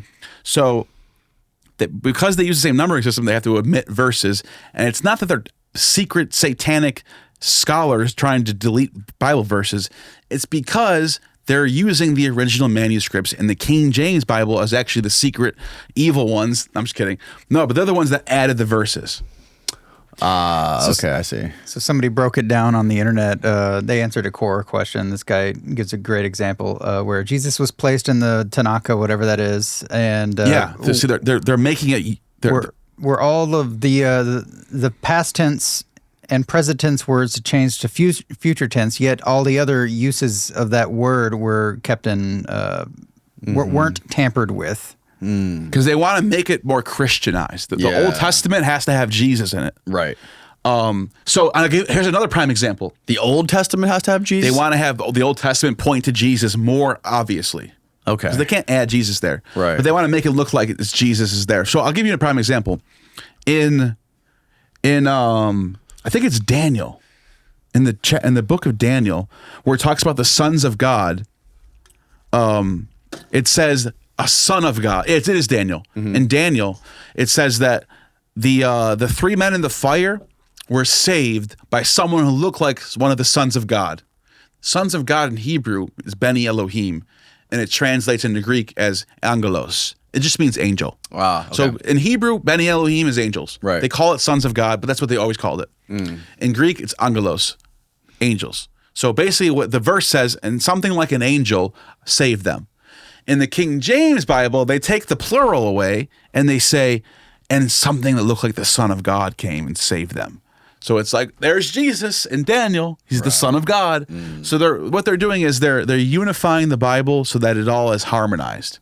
They're harmonizing it. That's the best word to use. Unify, I mean, not unify. Right. They harmonize the Old Testament with the New Testament, and they harmonize all the Gospels, and they basically chose their translation that it becomes the perfect Bible in their opinion. Okay. So it's a good Bible to read if you're looking for a nice poetic Shakespearean Bible. Yeah, it seems like Dan was very, very, it seems like he's pretty nuanced in a lot of the things that he talks about. Like, he doesn't just go by the book when it comes to some of the stuff, like some of the he's very critical. He's very critical. He's super critical. Yeah. And even with the stuff that he does online. I was just talking to Derek about this because Derek wanted to interview me about my deep beef with Dan yesterday.